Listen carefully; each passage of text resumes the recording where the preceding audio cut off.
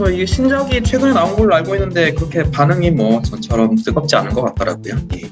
다 반박당해가지고 피케티 자기 입장도 바꾸고 막 그래가지고 생각해보니까 나도 피케티 유행할 때 피케티가 궁금해가지고 피케티 자본론 그 진짜 전체 책은 못 보고 소개하는 책 요약판 요거 하고 그거 보면서 신자유주의인가 그 책 한 거 이제 도서관에 가서 이렇게 보다가 옆에 꽂혀 있는 거 몇 개 가서 보게 된 게 그때부터 이제 이쪽 자유주의 관련된 책을 보게 된 것 같아. 신자유주의도 이쪽 사람들이 쓴 게 아니고 그냥 학자가 신자유주의라는 학자가 뭐 관련된 사람이 어떤 사람이 있냐 뭘 주장하냐 이렇게 소개하는 정도의 짤막한 짧은 책이었는데 그거 보면서 이제 한 것 같아. 피케티도 그래서 이제 약간 나는 옛날에 책 그 신문 볼 때 조선일보랑 경향일보 같이 보고 그랬던 약간 그런 스타일이라 피케티도 보니까 반대된 주장도 한번 들어보자 그러고 이제 그때 보면서 이게 보게 된 것 같아 생각해 보니까. 저도 비슷하게 찾아왔던 것 같아요. 그때 뭐 제가 뭘 찾았는지는 잘 모르겠는데 아무튼 그 자유주의 관련돼서 그냥 뭐 이렇게 좀 검색해보고 이러다가 자유기업원이라는 데가 있네 이러다가 여기 둘러보다가 여기 오픈 카톡방이 있네 이러면서 들어왔던 것 같아요. 제가 들어왔을 때가 한 3, 40명 있었던 것 같은데 그랬나? 많이 늘었어요 이제. 근데 와서 이게 약간 가영님이나 그 그린님처럼 처음에 들어와서 이렇게 눈팅 쭉 하다가 한 두 달 이렇게 눈팅 하다가 말을 이제 한마디씩 하는 분들 이제 있을 거예요. 그 제이님도 좀 오랫동안 있다가 이제 말 요즘 시작하신 편이고 가영님도 저도 기억하는 게 같아요. 예, 한참 눈팅하다가 뭐 때문에 약간 얘기가 시작됐더라. 그러게요. 말이 터지면서 이제 그때부터 얘기하게 됐죠. 근데 확실히 내가 느끼는 거는 그 자유기업원이나 이렇게 자료 검색해서 이렇게 적극적으로 뭐 해보시다 들어온 분들이 좀 이렇게 뭐라 그러지? 조금 이렇게 받아들이거나 생각하는 게 조금 진도가 빠른 것 같아요.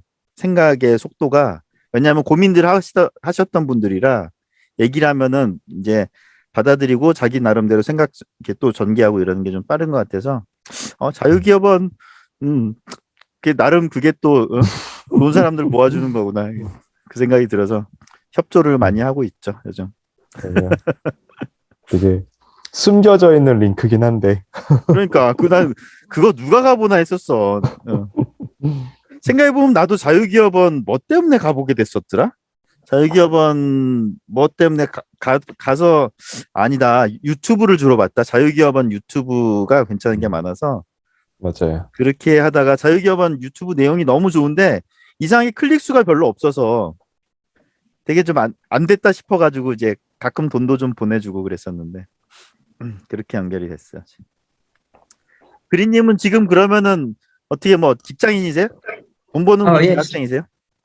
직장 다니고 있습니다. 뭐, 예, 이 나이도 꽤 돼가고 있고요. 예. 근데 직장인이 퇴근하고 이제, 피케티를 왜 예. 찾아봐 근데 이상한 사람들이.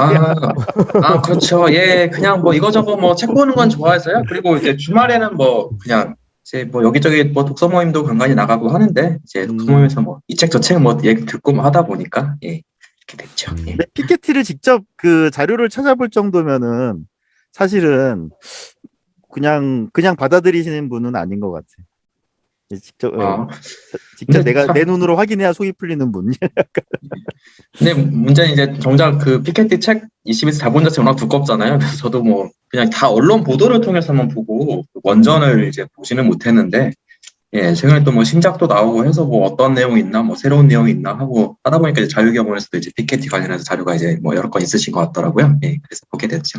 뭐 막상 원전을 보지는 못했습니다. 뭐. 그리고 사실 그런 경제학이나 뭐 이런 좀 역사적인 내용 많이 다루는 사회학 책들이 저도 뭐 최근에 또 다른 책들 보다 보니까 제가 뭐 그런 데이터 분석을 한 뭐 제가 뭐 당연히 전공한 사람도 아니고 그렇다 보니까 이게 그냥 흘러가다 보면 뭐 그런가 하다 보게 되니까 이제 또 반대 입장을 안 들어보면 뭐 제 스스로 사고하기도 힘들고 뭐 좀 그렇더라고요. 그거 알아요? 저희 사회주의 한다는 사람 자본론 읽은 사람 거의 없는 거 알아요? 예. 사회주의 책을 이렇게 보잖아요. 아, 너무 머리 아파요. 왜냐하면 사회주의 이론서 뭐 그런 것들 보면 이제 말 전제 같은 거 말이 되는 전제 같은 거 놓고 거기서 이제 논리를 펴나가는데 직관적이지가 않아요. 왜냐하면은 형이상학으로 이렇게 막 현실하고 동떨어진 내용을 밀고 나가야 되니까 좀 이게 형이상학으로 막 흘러가요. 그 저기 그러니까 보다 보면 참 보기가 힘들어요. 나 대학교 다닐 때 세미나 할 때도 세미나를 진행하는 선배도 안 읽어오는 것 같은 약간 너무 이렇게 내용이 좀 그 겉도온다 그러나 좀 그런 거 있어요. 내가 이번에 정말 굉장히 고통스럽게 본 게 페이비언 사회주의 책 내가 봤다 그랬잖아요. 페이비언 그 협회 사회주의자들이 쓴 유일한 책이 있어요. 자기들의 강론 그 저희 뭐라지 원칙 자기들이 바라보는 세계관 그리고 뭐 이런 것들 쫙 정리한 책이거든요. 쭉 보는데 익숙한 사회주의 이제 논리 진행인데 너무 진도가 너무 안 나가. 보다가 너무 힘들어. 왜냐하면은 이게 약간 좀 그 궤변으로 이게 막 넘어가니까 이 사람들의 생각을 이렇게 머리로 이미지로 그리면서 가기가 힘든 거예요. 이게 형이상학으로 막 그 궤변으로 가야 되니까 그래서 참 진도가 나가기 힘들고 지금 한 4분의 3쯤 봤는데 뒷부분도 도저히 못 보겠어 지금 집어던진 상태예요 지금.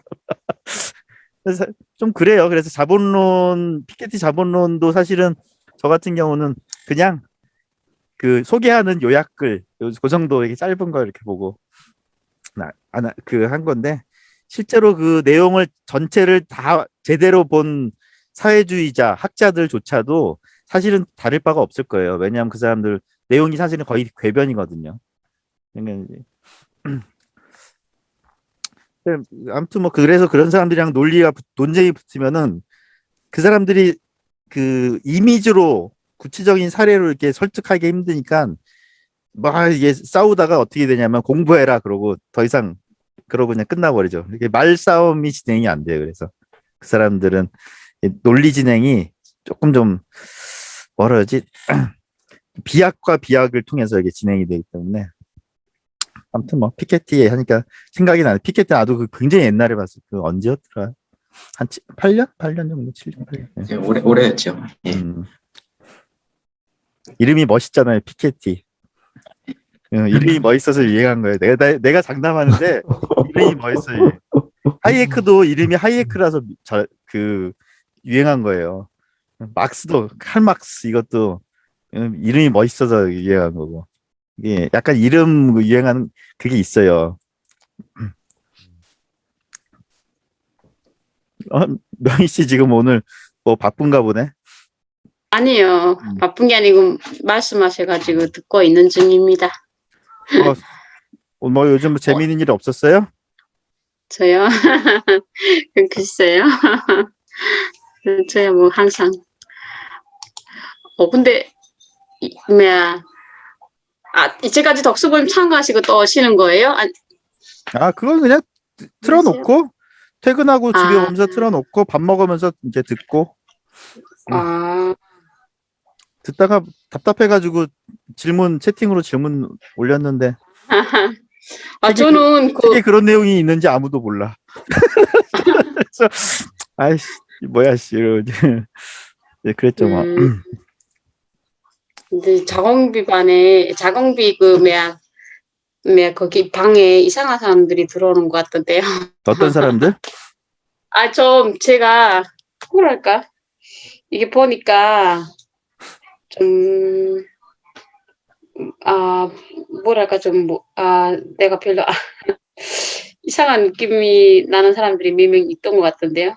뭐 간첩 같은 사람들? 예. 뭐 강요하고 자기 생각 막 강요하고 막 싸울 것 같은 분위기더라고요. 어떤 때는. 그래요? 보면 예, 좀 그런 느낌 나는데 왜 난 내만 그랬나? 그랬나? 우리 최근에 그런 일이 있었나? 모르겠네. 아니 막 대화하는 게 조금 아슬아슬할 때가 들어있더라고요. 괜찮아요. 원래 그거보다 더 맹렬하게 싸우기도 하고 그래요. 근데 대신에 이런 아, 건 있지. 정말요? 이제 여기저기 이방 저방 다니면서 여기 가서 음. 이거 보세요 뭐 이런 거 이제 아, 정보 맞아. 예. 뉴스만 던지고 다니는 사람들이 있죠. 그런 아, 글쎄. 그런 그런 것 같아. 목적으로 카톡방 음. 들어와 있는 사람들도 많아요. 여기저기 방 음. 다니면. 그래서 내가 방 들어가 있는 방들 보면 똑같은 게 음. 계속 올라와. 그 사람은 그거 저기 하려고 사람 동원하려고 이제 들어와 있는 거야. 아, 또, 그렇구나. 또 그렇게 또 뭐 어떻게 판이 돌아가는지 또 알게 되는 거고 뭐. 너무 막 글이 막 엄청 많이 올라와가지고, 그때 하나하나 이거 올라올 때는 그냥 봤는데 너무 많아가지고, 제가 이거 뭔지 하나도 모르겠더라고요. 나도 뭔 얘기인지 너무, 모르는 얘기 많이 나와요. 그러게요. 근데 이제 대부분은 말싸움이 벌어지면 지식의 음, 문제거든요. 나는 음, 내가 알고 있는 지식은 이거다. 내가 알고 있는 지식은 이거다. 여기에서 이제 부딪히는 거기 때문에 뭐 음, 그 봐가지고 이제 같은 지식 내용을 가지고 얘기하는 게 아니라면 뭐 이 사람의 지식의 내용은 이거고 이 사람의 지식의 내용 이 정도만 하고 일단은 음, 거기서 뭐 멈추고 넘어가는 게 그래야지 내가 이 사람들이 얘기한 거 한번 들어놓고 다음에 또 내가 뭘 관련된 거 보면 또 그만큼 내, 이해가 좀 더 되는 거니까. 그리고 뭐냐 아, 그래서 근데 이제 거기서 네가 맞냐 내가 맞냐로 넘어가면은 이제 그래서 애기들 싸움이 되니까 뭐 그런 분위기 뭐 근데 너무, 종종 있어요. 괜찮아요. 아, 너무 이상한 내용들을 뜻대로 많이 들으니까, 이거 뭐가 뭔지도 모르겠고, 어느 게 진짜인지도 모르겠고, 그 성리학 공자 그 얘기였나? 그 얘기 때문에 그랬나? 성리학도 그렇고, 공자도 그렇고, 저 성리학 안 좋아하는데 별로. 왜 성리학을 왜 안 좋아해요? 저는 성리학 때문에 우리 지금과 전 안 좋아해요. 그러니까 저 잘 모르긴 하겠 진짜 잘 모르긴 하는데 성리학 때문에 여성들이 그러니까 우리 조선시대에 되게 고생하고 지금처럼 너무 많이 이렇게 된 게 성리학 때문이라고 생각하거든요. 저도 뭐 잘 맞아요. 모르니까 뭐. 그게 음. 큰 죄를 지었어요, 맞아. 성리학이. 여자들한테 너무 이렇게 슬픔을 준 게 성리학인 것 같아요. 그것 때문에 우리 여성들이 조선시대에 너무나도 슬픈 역사가 만들어져가지고 저는 성리학을 별로 안 좋아해요. 그래서 평등하지 않고 항상 진짜 힘들게 살았잖아요. 그러니까 전 읽어는 못 봤는데 성리학을 그러니까 뭐 이런 쪽으로 듣기는 했는데 그게 진짜 아닌 것 같더라고요. 그러니까 너무 불쌍하게 살아가지고 우리 할머니 할아버지들이 할머니들이 불쌍해요. 그래서 성리학 안 좋아해요. 맞아요. 안녕하세요. 그 부분이 음. 문제가 있지. 성리학 관련돼서는 이제 내가 해주고 싶은 내가 책에서 본 거 해주고 저 싶은 얘기 듣고 많긴 한데. 싶었어요. 예, 그거 한번. 음, 그 조선 그 얘기 많이 듣지 않았어요? 우리나라 원래 그 모계 사회였다는 얘기?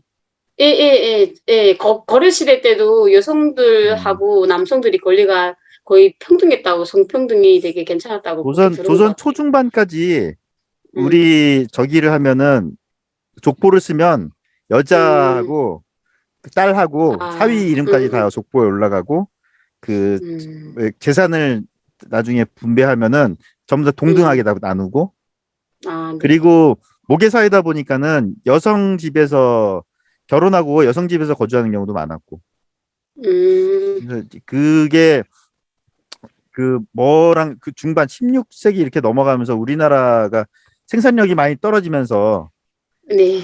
그때부터 성리학을 갖다가 쓴 거예요. 생산력이 음, 많이 떨어지니까 이게 재산을 조선 초중반기에는 이제 막 영토를 확장하고 농지를 개척하고 막 부가 증대되던 시기거든요. 근데 어느 음, 순간부터 우리나라가 이제 국력이 쇠하면서 지금 토지 생산력도 떨어지고 막 부가 막 줄어들고 이러던 시절에 어떻게 됐냐면 이게 부를 나눠주면은 문제가 되니까 이게 부가 줄어들면은 나중에는 노가자 없어지잖아요. 그러니까 영국이 그랬잖아요. 영국이 큰아들한테만 물려주는 재산이 쪼개지지 않게 하려고 큰아들한테만 물려주다 보니까 둘째나 음, 셋째들이 음. 물려받는 재산이 없으니까 그것 때문에 둘째, 셋째가 해외로 나가고 자본가들로 되면서 상업이 발달하게 되거든요. 영국은. 아, 그래서 그 우리나라 조선도 그래요. 그래서 이게 뭐 생산력이 많이 떨어지니까 이거를 쪼개 주면 죽도 밥도 안 되는 거야. 그러니까 큰아들한테 물려주고 대신에 큰아들이 자기 나머지 형제들을 부양하는 식으로. 그래서 조선시대 재판 기록 같은 거 보면 그 재산 물려받은 형님이 우리 돌봐주지 않는다고 여동생이 막 그 소송 걸고 이런 것도 나오고 그래요. 그래서 그때부터 어떻게 되냐면 그때부터 사실은 성리학을 우리나라에 안착시키려고 노력을 많이 했는데 안착이 안 되다가 성리학을 그때 가져온 거예요. 여성이 누구 시대 때죠? 성리학이 남성 중심이잖아요. 예. 그 누구 때죠? 그게 성종인가? 성리학은 뭐 사실 조선 건국의 이념이 성리학이니까 조광조나 이런 사람들이 성리학을 했는데 성리학이 자리 잡게 된 거는 사실은 경제적인 토대의 변화가 그런 사상을 도입할 수 있게 만들었죠. 사실은 아무리 사상이 저기에도 기본적인 경제적인 토대 여건이라는 게 있거든요. 그래서 성리학을 갖다 써야 되는 어떤 상황이 된 거예요. 그래서 성리학을 내밀면서 큰아들 중심으로 하고 그때부터 사실은 유교가 되게 조상을 돌보고 이런 것도 굉장히 유교 전통이 16세기 이럴 때부터 굉장히 이제 자리를 잡아서 사실은 우리나라가 되게 그 성리학적이고 유교 전통에 조선왕조 500년 유교 전통이 강하다고 하는데 생각보다 예. 지금 모계 전통의 어떤 분위기가 많이 남아 있어요. 생각해 보면 우리가 왜 그러냐면 실제로 성리학이나 유교 전통이 그 영향을 미치고 자리를 잡은 게 사실은 몇백 년 안 돼요. 그래서 좀 그런 면이 좀 있는 거예요. 그래서 거기에 대한 건 얘기는 할 말이 많고 그래서 뭐 성리학은 아무튼 말씀하신 그 부분이 정말 큰 그 해악을 미친 게 맞아요. 성리학 솔직히 말해서 저기 그거였지 뭐 저희 뭐 중동에 있는 여자들 차도로 씌우고 다니고 그런 저기였지 뭐. 맞아요. 아무튼 뭐 그리님은 최근에 뭐 저희 다른 독서 모임이나 해서 뭐 책 재밌게 본 거 뭐 기억나는 거 있어요? 하고 싶은 얘기 같은 거? 잠시만요. 갑자기 여쭤보시니까 맞아. 그 자유주의 그 가입했을 때 말씀드렸었는데 그 공정하다는 착각을 이제 독서 모임에서 봤을 때 그때 했던 책이랑 최근에 그 책 봤었고 뭐 요새 읽고 있는 거 빌 게이츠 기후변화 책인데 그것도 아마 이번 달 이제 도서를 할 것 같아가지고요. 빌 게이츠 좀 보고 있었는데 뭐 오늘 이혼 기사 또 보고 또 그랬더라고요. 예. 기후변화 얘기도 진짜 언제 날 잡아서 좀 하고 싶긴 하던데. 나도 기후변화 관련된 거는 좀 약간 지금 보수 쪽 주장에 100% 동의는 좀 잘 못하는 사람이라 반대쪽 의견이나 이제 이쪽 편 의견 좀 양쪽 진영 얘기를 좀 놓고 좀 얘기 좀 나누는 시간 좀 가지면 좋겠다 생각 들 때 좀 있는데요. 언제 그 얘기 좀 해주면 좋겠네. 제가 느낀 게 이거 자공비방에 들어가 보니까 거의 이짝 뭐랑 말해야 되지? 이 표현이 적절하지? 보수 쪽에 되게 강하신 것 같더라고요. 거의 보수 쪽이신 것 같더라고요. 그런 성향이 기본으로 있죠. 그 기본인 것 같더라고요. 기본으로 좀 저는 있고. 뭐 자도 아니긴 하지만 너무 강하게 막 어필돼가지고 그렇게 있어가지고 사실은 잘 그것만 한쪽 면만 이게 보이니까 사실은 잘 모르겠어요. 저는 이게 정확히 다 맞는지는 모르겠고 누가 어떤 주장을 어떻게 하는 거가 뭐 너무 또 그런 쪽에서도 너무 이상하게 말을 막 만들어가지고 뭐 이상하게 번지려고 하니까 저는 보기가 힘들더라고요. 이거 어떨 때는 막 보면 좀 웃기고 막 자기네들끼리 막 뭐 하는 것 같은 느낌이 들더라고요. 사실은 좀 불편했어요. 이 방 보면. 좀 전투적이죠, 또 그리고. 너무 전투적이고 뭐 북한 뭐 이게 어떨 때는 뭐 북한 쪽에서 이제 막 뭐 사람들랑 얘기하고 막 그럴 때 그런 느낌이 다 들어요. 어떤 때는 무서워. 이 사람 무서워하려 그러나. 그리님은 무슨 얘기인지 잘 모르겠죠. 뭐 지금 톡방에서 왔다 갔다 하시는 말씀. 자공비방. 명희님은 자공비방. 예. 북한에서 오셨어요.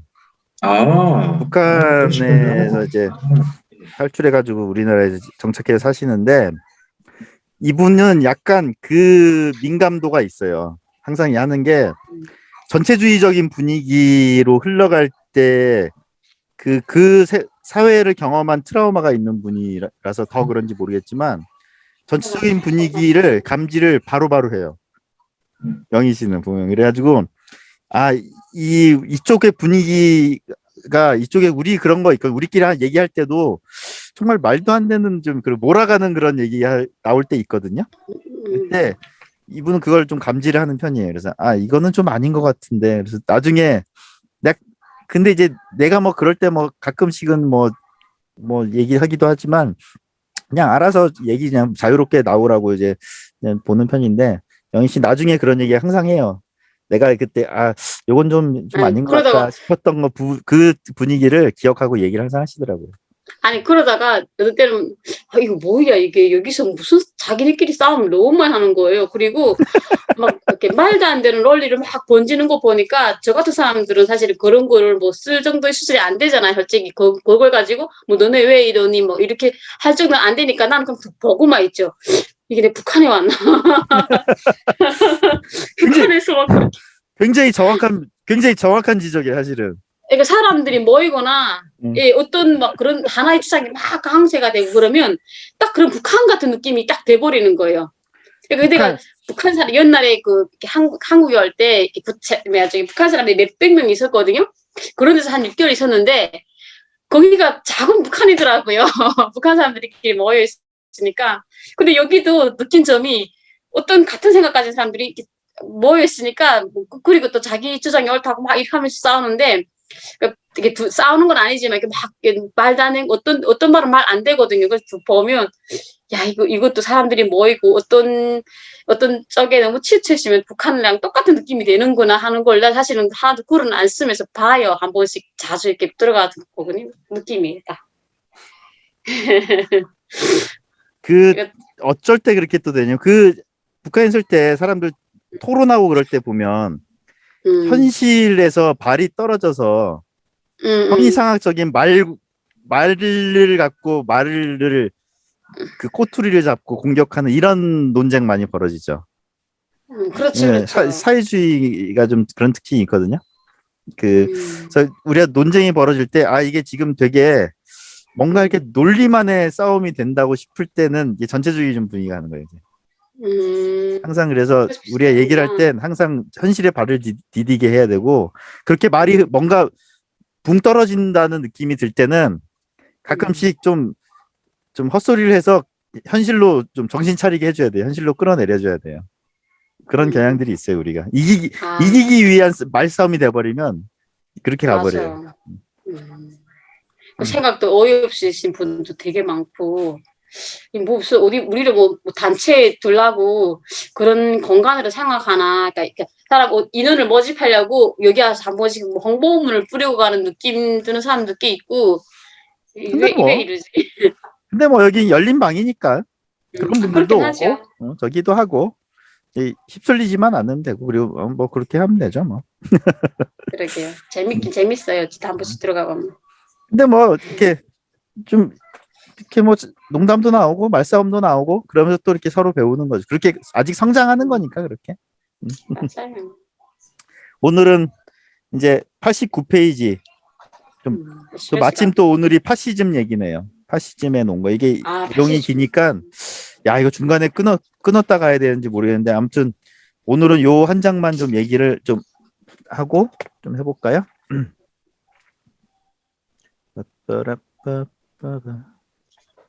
시연 언니가 저기 놀러 가실 거예요. 놀러 어디? 내일 저기 신랑이 오랜만에 놀아가지고. 뭐 유튜브 올린 거 보시라고 하면 되지 뭐.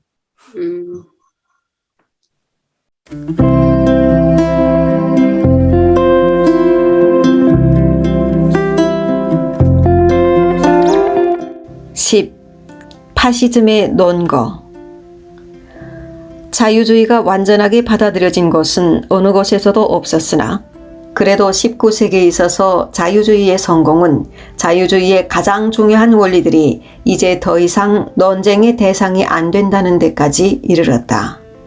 1914년 이전에는 자유주의에 대해 가장 철저하고 맹렬한 적이라 할지라도 여러 가지 자유주의의 원칙들이 도전도 받지 않은 채 통용되는 것을 참고 볼 수밖에 없었다. 자유주의의 몇 가닥 안 되는 연약한 빗줄기밖에 스며들지 못한 러시아에서조차 황제에 의한 독재를 지지하는 자들은 그들의 적을 탄압함에 있어서 유럽의 자유주의적 여론을 고려에 넣지 않을 수 없었다. 또한 세계대전 중에는 각 전쟁 당사국 내의 전쟁에 찬성하는 정당들 역시 그들이 지닌 불타는 목표에도 불구하고 대내적 반대에 대한 투쟁에 있어서 어느 정도 절제를 보이지 않을 수 없었다. 자유주의와 자본주의의 시대는 이제 영원히 지나갔다는 신념을 지니고 마르크스 사회민주주의자들이 유리한 고지에 서서 권력을 장악하게 되었을 때야 비로소 그때까지 자유주의적 이념에 대해 그것이 옳다고 인정하지 않으면 안 된다고 생각되던 최후의 양보사항마저 사라졌다. 제3차 세계공산당 대회에 참석한 정당들은 그들의 목적을 달성하려는 투쟁에 도움이 된다면 이제 어떤 수단을 사용하든 다 용인된다고 생각되었다. 그들의 가르침이 유일하게 옳은 것이라는 것을 무조건 인정하여 좋든 싫든 끝까지 그것에 따르지 않는 자는 누구든지 죽음의 형벌을 자초하는 것이라고 생각해서 공산당들은 장소나 때를 가리지 않고 그것이 현실적으로 가능한 경우에는 그러한 반대자나 어린아이를 포함한 그의 전 가족을 처형하는 데 조금도 주저하지 않았다. 적대자를 전멸시키려는 정책의 솔직한 표명, 그리고 그와 같은 정책을 수행하는 과정에서 자행된 사륙이 공산당에 대한 반대운동을 유발시켰다. 자유주의를 적대시하는 비공산주의자들의 눈을 가리고 있던 꺼풀이 한꺼번에 떨어져 나갔다. 그때까지만 해도 그들은 비록 미워하는 적과의 투쟁일망정 몇 가지 자유주의 원칙들은 꼭 준수되어야 하는 것으로 믿었었다. 그들은 또 비록 마지못해서이기는 하지만 정치적 투쟁에 있어서 살인과 암살은 그들이 사용할 수 있는 방법에서 제외시켜야 된다고 생각되었다. 또한 자신들을 반대하는 언론을 탄압하는 데 있어서나 그와 같은 종류의 발언을 억압함에 있어서 여러 가지 제약이 있을 수밖에 없다는 것을 인정해야 했다. 그런데 이제 그들은 그런 것들에는 아무런 주의도 주지 않고 상대방을 격파하기 위해 수단 방법을 가리지 않는 적이 돌연히 출현한 것을 보게 되었다. 제3차 세계공산당 대회를 반대하는 군국주의적이며 민족주의적인 집단들은 그들이 자유주의에 의해 기만당했다고 생각해왔다. 그들은 아직 그렇게 할 수 있는 동안 그들이 공산주의 혁명 집단에 대하여 일대 타격을 가하고자 하였을 때 자유주의자가 그들의 손을 묶어 놓았다고 생각한다. 자유주의의 방해만 없었다면 혁명운동의 싹을 피가 나도록 잘라버릴 수 있었을 것이라고 하였다. 혁명을 지지하는 관념들이 뿌리를 내려 번성할 수 있었던 것은 오로지 혁명에 반대하는 자들이 자유주의 원칙을 준수하고자 했기 때문에 의지력이 약화되어 혁명운동에 대하여 관용을 보였기 때문으로서 그것은 그 후에 판명된 것처럼 지나치게 신중한 태도였다는 것이다. 만일 혁명운동이란 어떠한 것이든지 초기부터 가차없이 박멸해도 좋다는 생각을 수년 전만 했더라도 1917년 이래 제3차 세계대회가 거둔 수많은 승리는 불가능했으리라는 것이다. 군국주의자 및 민족주의자들은 총 쏘고 싸움하는 일이라면 그들 자신이 가장 정확한 사수요, 가장 능란한 투사라고 믿고 있었기 때문이다. 이와 같은 운동의 기본 이념은 제3차 세계대회 참석자들의 대항하는 투쟁에 있어서 후자가 그들의 적대자에 대하여 사용했던 바와 똑같은 방법을 망설임 없이 사용하겠다는 것이었다. 그런데 제3차 세계대회 참석자들은 그들의 적이나 그들이 지닌 이념에 대하여 적대되는 사상을 마치 위생학자가 해로운 박테리아를 박멸하려 애쓰는 것과 똑같은 방법으로 박멸하겠다고 하였다. 따라서 그들이 적과 맺은 어떠한 협상 조건에 의해서도 구애받지 않으며 적과 투쟁 과정에서는 어떠한 범죄나 거짓말 또는 중상 비방이든 모두 다 허용된다고 생각하였다. 파시스트는 적어도 원칙적으로 공산주의자들이 사용하는 방법과 동일한 방법을 사용하려는 의도를 지니고 있음을 고백하고 있다. 파시스트들은 러시아의 볼셰비키가 그려 했던 것처럼 아직도 스스로를 자유주의 사상이나 전통적인 윤리관에서 완전하게 해방시키고 있지 못한 것은 수천 년에 걸친 문명이 남긴 지적, 도덕적 유산을 단번에 깨뜨려 버리기는 매우 힘든 나라에서 그들의 과업을 수행해 나가야 하기 때문이라고 말한다. 또한 파시스트들이 처한 그와 같은 상황은 우랄 산맥 양편 숲속이나 사막에 살면서 문명사회와의 접촉이란 이따금씩 전리품을 얻기 위해 행해지는 문명사회에 대한 사냥행위가 고작인 야만인들 사이에서 그러한 과업을 수행하는 것과는 다르다고 말한다. 이와 같은 차이가 있음으로 해서 파시즘은 러시아의 볼셰비즘과는 달리 자유주의 사상이 지니고 있는 영향력에서 스스로를 완전히 해방시키지는 못할 것이다. 소비에트 지지자들이 보여준 적나라한 살인과 잔악 행위를 보고서야 독일 및 이탈리아인들은 그들이 지니고 있던 전통적 자제심에 대한 기억을 떨쳐버리고 피나는 반대 운동을 전개하겠다는 충동을 지니게 되었다. 파시스트나 그에 상응하는 다른 나라의 집단들이 취한 행동은 볼셰비키나 공산주의자들이 저지른 만행에 대한 분개심에서 나온 반사적 행동이라고 볼 수 있다. 분개심이 방출되자마자 곧 그들의 정책은 보다 더 온건해졌으며 앞으로 시간의 흐름과 더불어 더욱더 그렇게 될 것이다. 이와 같이 온건한 노선을 취하게 된 것은 전통적인 자유주의 사상이 아직도 파시스트들에게 무의식적으로 영향을 미치고 있음을 나타내고 있다. 이러한 추세가 앞으로 얼마나 더 지속될는지 모르겠으나 우파 정당들이 파시즘의 전략을 채택한 것을 보면 자유주의에 대항하는 싸움에서 예전에는 상상조차 할 수 없었던 승리를 파시스트가 거두고 있다는 것을 알아야 할 것이다. 많은 사람들은 파시즘이 표방한 정책이 극히 반자유주의적이며 간섭주의적임에도 불구하고 그들이 취한 방법을 용인했는데 공산주의자들을 문명의 최대의 적이라고 낙인찍게 한 이유 없이 무절제한 파괴 행위와는 거리가 멀기 때문이다.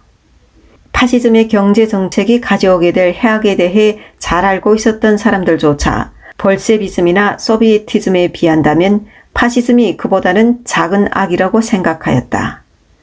그러나 파시즘에 대하여 공공연하게 지지를 보낸 사람이나 혹은 비밀스럽게 그렇게 한 사람 모두에게 있어서 파시즘의 진정한 매력은 바로 그것이 사용한 방법상의 폭력성에 있었던 것이다. 폭력을 사용한 공격에 대항하여 우리가 제시할 수 있는 유일한 저항 수단이 폭력이라는 것을 부정하지는 못한다. 볼셰비키가 무기를 사용한다면 그에 대항하는 복수에 무기가 사용되어져야 할 것이며 살인자들 앞에서 연약한 자세를 내보이는 것은 실책이라 하겠다. 자유주의자 중에서 이와 같은 사실에 대하여 의심을 품을 사람은 없다. 자유주의의 정치 전략을 파시스트의 그것과 구별하는 것은 무장 공격에 대항하여 무력을 사용할 필요가 있느냐 하는 것이 아니고 권력을 잡기 위한 투쟁에서 폭력이 지니는 역할에 대한 기본적 시각의 차이이다. 잠깐 멈췄다 갈까요? 이 책이 쓰여진 게 1927년이라 그랬잖아요.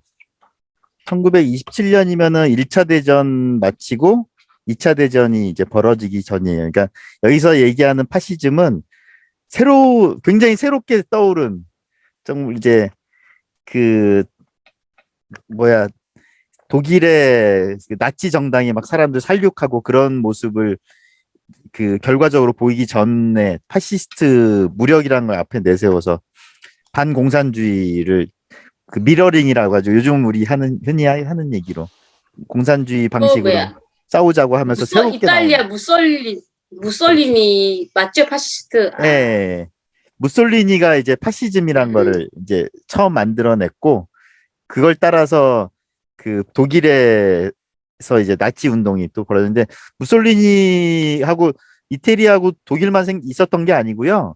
그 유럽 동유럽 쪽에도 그런 움직임들이 있었고 어느 나라나 그 공산주의에 대항해서 우리도 마찬가지로 싸워야 된다는 식의 좀 그런 운동들이 좀 있었어요. 다들 어느 나라나 다 크고 적게.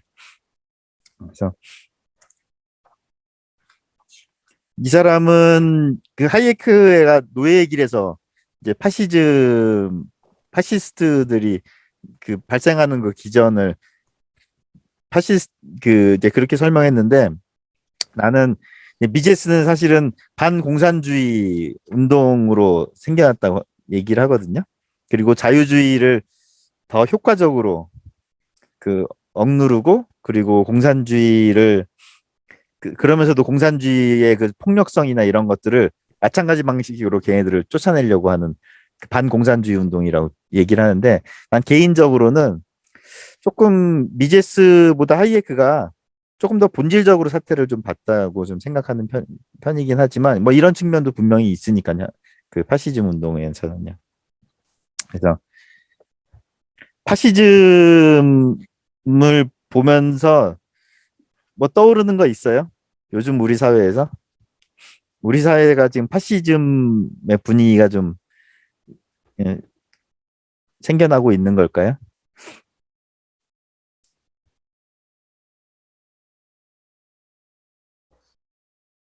저는 그 뭐지? 사적으로 복수하는 거? 사적으로 뭐라 그러지? 아주 처벌하는 음, 거를 되게 통쾌하게 생각하는 그런 어떤 인터넷 커뮤니티의 분위기? 음, 좀 무서울 때가 있더라고요. 맞아요. 신상 그게, 공개부터 시작해서. 그게 좀 시작이죠, 그게. 음. 예.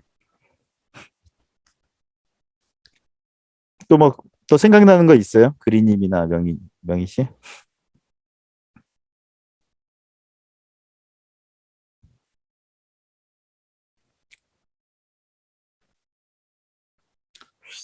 나는 지금도 약간 좀 등골이 서늘하다고 해야 되나?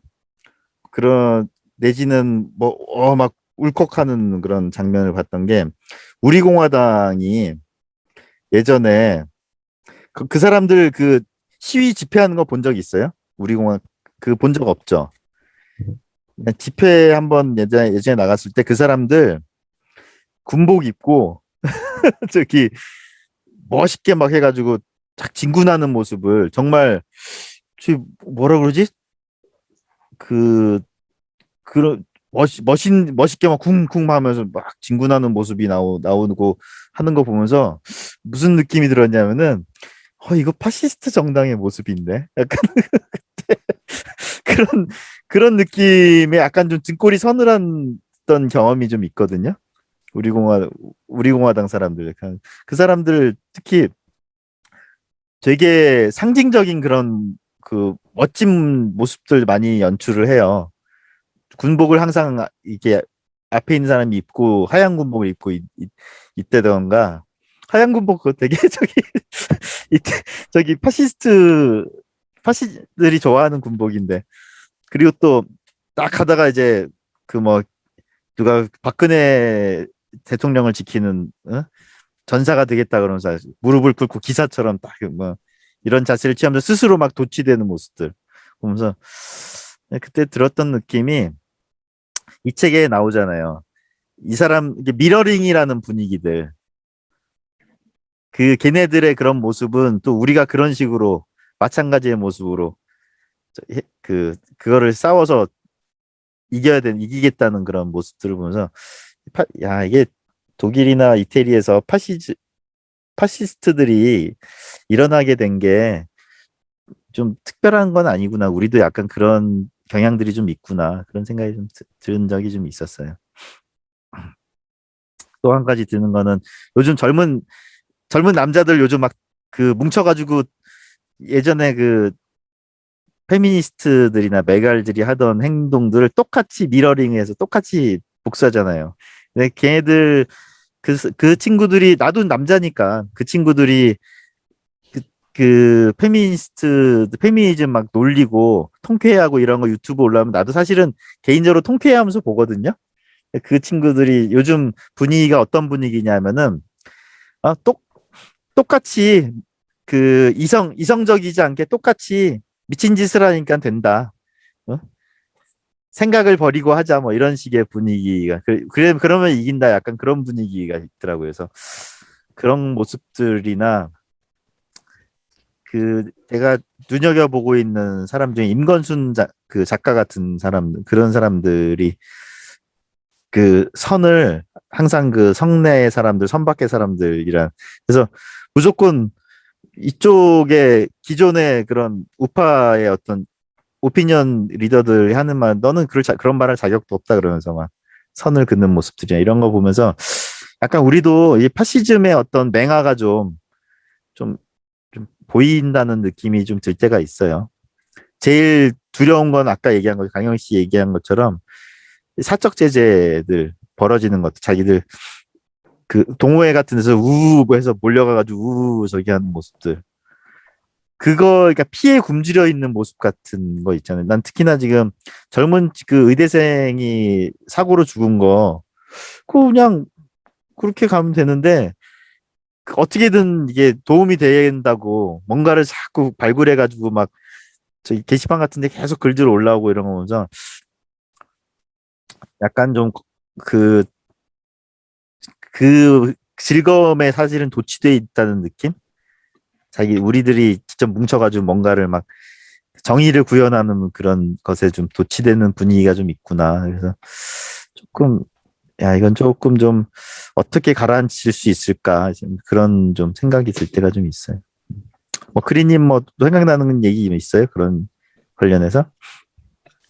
저도 모리님 말씀하신 거 연장선상이 있는데, 사실 파시즘이라고 하면 그 무솔리니랑 뭐 히틀러 이미지가 워낙 강하니까 그냥 뭐 절대 악처럼 뭐 굳이 정책 입장 떠나가지 인식이 되잖아요. 근데 파시즘이 결국 어쨌든 전체주의의 한 뭐 분파라고 생각을 해본다면, 그리고 현재 말씀하신 그런 그 정체성 정치라고 하죠. 뭐 아이덴티티를 강조해가지고, 예. 사실 그런 의미에서 뭐 사회적인 양극화 같은 것도 가서 심화되고 하는 것인데, 어떤 개인이 아니라 그에 속한 집단으로서 자신의 그 정체성 규정해버리고 하는 이런 태도들이 어찌 보면 굉장히 뭐 그런 나치 같은 파시즘으로 뭐 당연히 그건 아니겠지만 그래도 그런 뭐랄까 인간이 빠질 수 있는 그런 파시즘의 성향이 많이 나오게 되는 게 아닐까 생각이 좀 드네요. 맞아요. 그게 정답이네. 정체성 정치. 내가 항상 하는 얘기가 그 괴물과 싸우려고 괴물이 되면 안 된다고. 그리고 그 내 편 만들려고 하지 말라고 자꾸 얘기하는 게 그게 정체성 정치로 정치가 우리 일상을 잡아먹으면 안 되는데 정치가 내 모든 것을 그 좌지우지하는 것처럼 느껴지는 상황이 되면 모든 걸 정치화해서 이제 바라보려고 하는 경향이 자꾸 생기거든요. 근데 내적 갈등하고 좀 싸울 필요가 좀 있는데 그런 부분에서는 참 자유주의가 나약하긴 해요. 그 전체주의적인 그런 정치 권력의 대결의 상황이 벌어지면 나약하게 무너지는 면이 있어요. 근데 그런 것들에 쉽게 무너지지 않게 하기 위한 개인적인 방법은 우리가 좀 모색할 필요는 있어요. 그게 충분히 모색이 되지 않으니까 자꾸 무너지거든요. 자유주의 뭔가 쌓아도 금방 또 무너지고 지금 미국도 그렇잖아요. 보면 어이없게 그냥 저기 뭐야 트럼프가 그렇게 분위기를 그렇게 만들더니 무너뜨리고 지금 바이든이 됐는데 바이든 같은 경우에는 골 때리는 게 그 저희 뭐야 기업들 그 무슨 세라 그래요 그거 세금 내는 거 법인세요? 법인세를 자기네 올릴 건데 우리만 올리지 말고 너네 같이 다 올리자고 그거 보고 내가 와 전체주의가 이렇게 되는구나 이래가지고 하이에크나 대처 같은 사람이 유행 같은 거 함부로 만들지 말라 그랬구나. 나 그 생각이 든 게 그 OECD를 모아가지고 그 작당을 하고 있어요. 우리 법인세를 올릴 건데 이 올리면 기업들이 너네 나라 탈출할지 모르니까 다 같이 올리자고 서로 박수치고 그러고 있어 지금. 그거 보면서 와 이게 OECD 같은 아무튼 국제 그 저희 규모의 그런 것들이 이렇게 어느 순간에 이렇게 활용이 되는구나. 그래서 그 어이없게 사실은 아군에 의해서 어이없게 전체 부위가 막 불질러지면서 이렇게 흘러가는 거 보면서 나는 그래서 무슨 대안이 있을까? 작은 진지들을 좀 많이 만들어 놔야 되는 걸까? 우리 같은 자유주의자들이 또 내지 이게 그 어떤 좀 쉽게 이렇게 무너지는 것을 보면서 무력감을 느끼면서 고민들이 많아요. 그래서 영희 씨 뭐 하고 싶은 얘기 있어요? 안 들려 안 들려. 예. 마이크. 아, 뭐 물어볼 게 있는데요. 음. 아, 제가 아까 이거 읽으면서 느낀 점이, 이제 사람 파시즘이나 뭐 이렇게 뭐 공산주의나 이게 인간이 본성 때문에 나오는 것 같아요. 그러니까 그게 모든 사회 전반적인 분야에서 다 나오잖아요. 그 분위기에서. 그러니까 그 제가 이렇게 느낀 점이 제일 문제인 게 이게 이렇게 그런 전체주의를 가는 게 제일 문제인 게 이렇게 생각을 안 하고 그냥 이렇게 막 남들이 분위기에 휩쓸려 가지고 아무런 생각 안 하고 따라가는 게 진짜 위험한 것 같더라고요.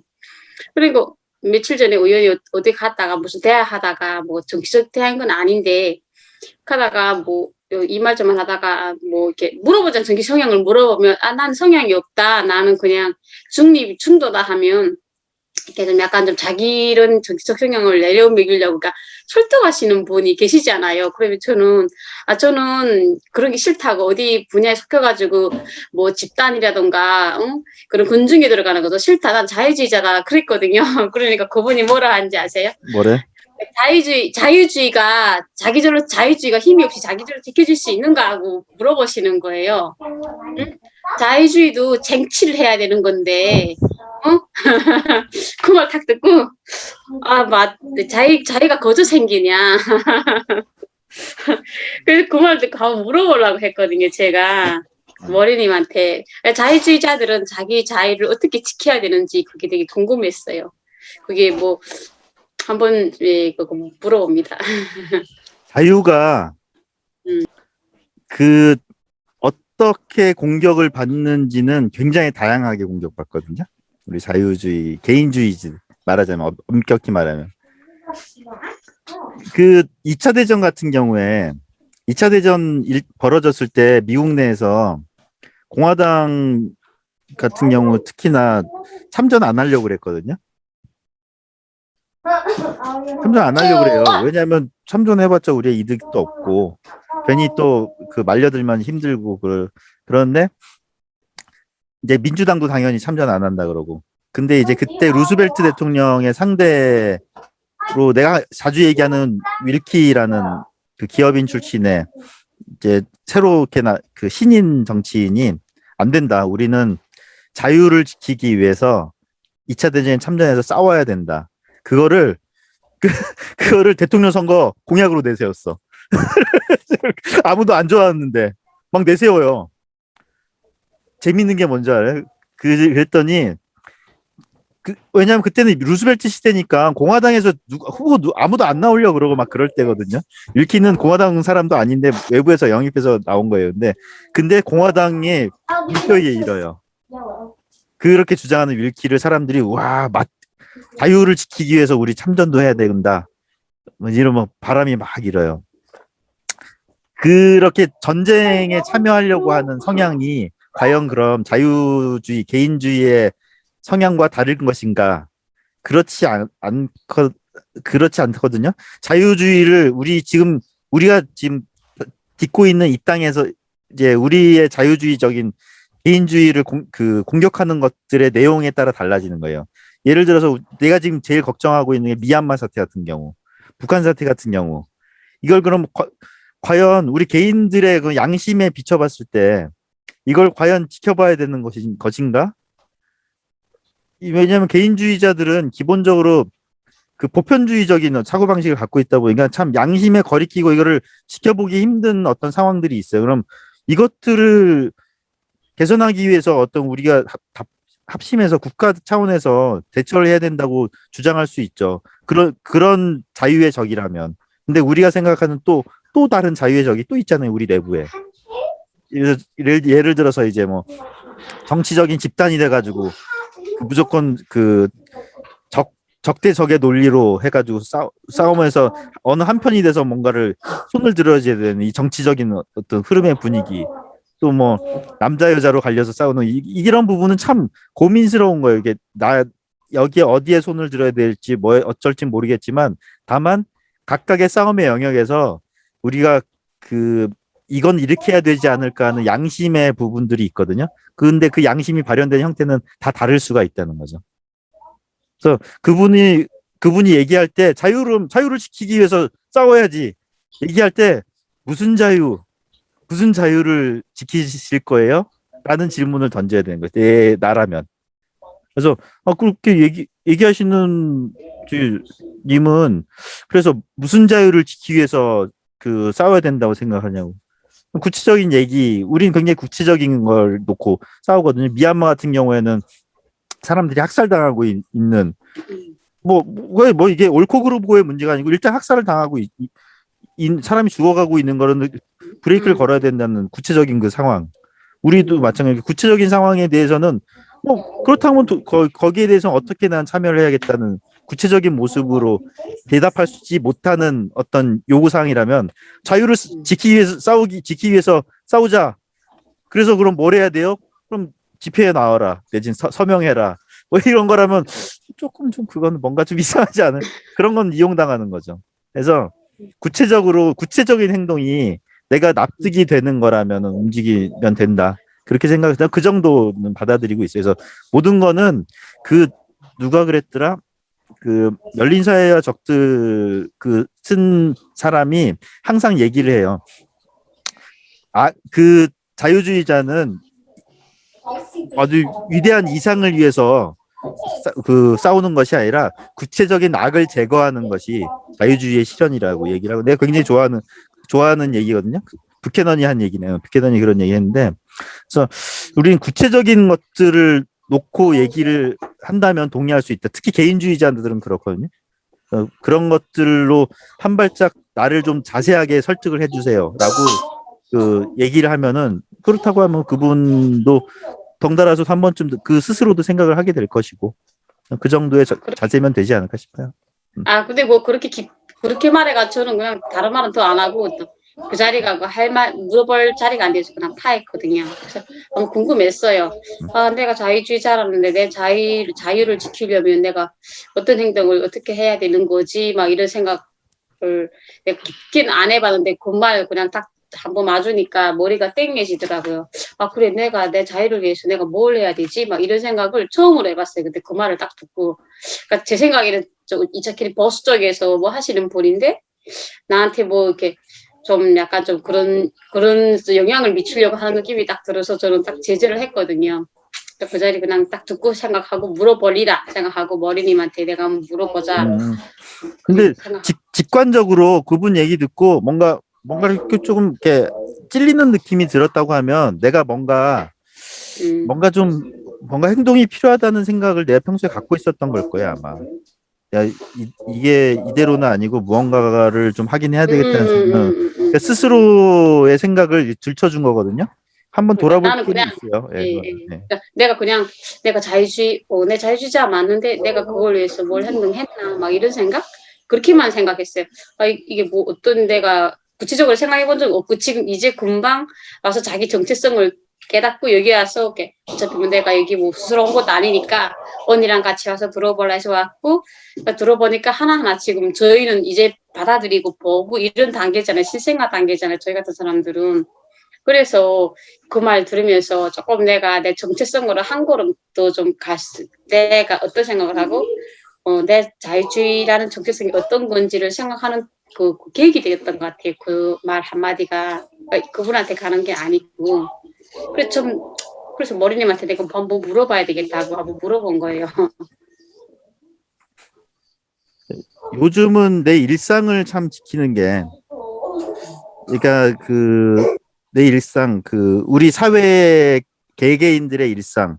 왜냐하면 이제 아름다운 영화를 보고 예술품을 보고 눈물을 짓고 또 재미있는 거를 보고 즐거워하고 이런 개인의 감정이 좀 살아있게 하는 것도 굉장히 중요한 투쟁이라는 생각이 좀 들기도 하거든요. 왜냐하면은 전체주의적인 어떤 그 광기 같은 게 몰려다니면서 분노를 폭발하는 것만이 사실은 주된 감정 폭발처럼 돼버리다 보니까 그런 것에서 한 발짝 떨어지게 해주는 어떤 사회 분위기 조성도 참 중요하긴 하지만 그렇지만 분노해야 되지 않을 것들에 분노하는 것이 아니라 정말 이건 좀 그냥 넘어갈 일이 아닌데라는 것을 보고 분노하고 움직이고 행동하는 것도 옳은 거예요. 그게 참 그래서 참 어려워요. 자유주의는 굉장히 어떠한 자유주의는 항상 개인적으로만 행동해야 돼 이렇게 정해져 있지는 않거든요. 그러니까 그 상황에 따라서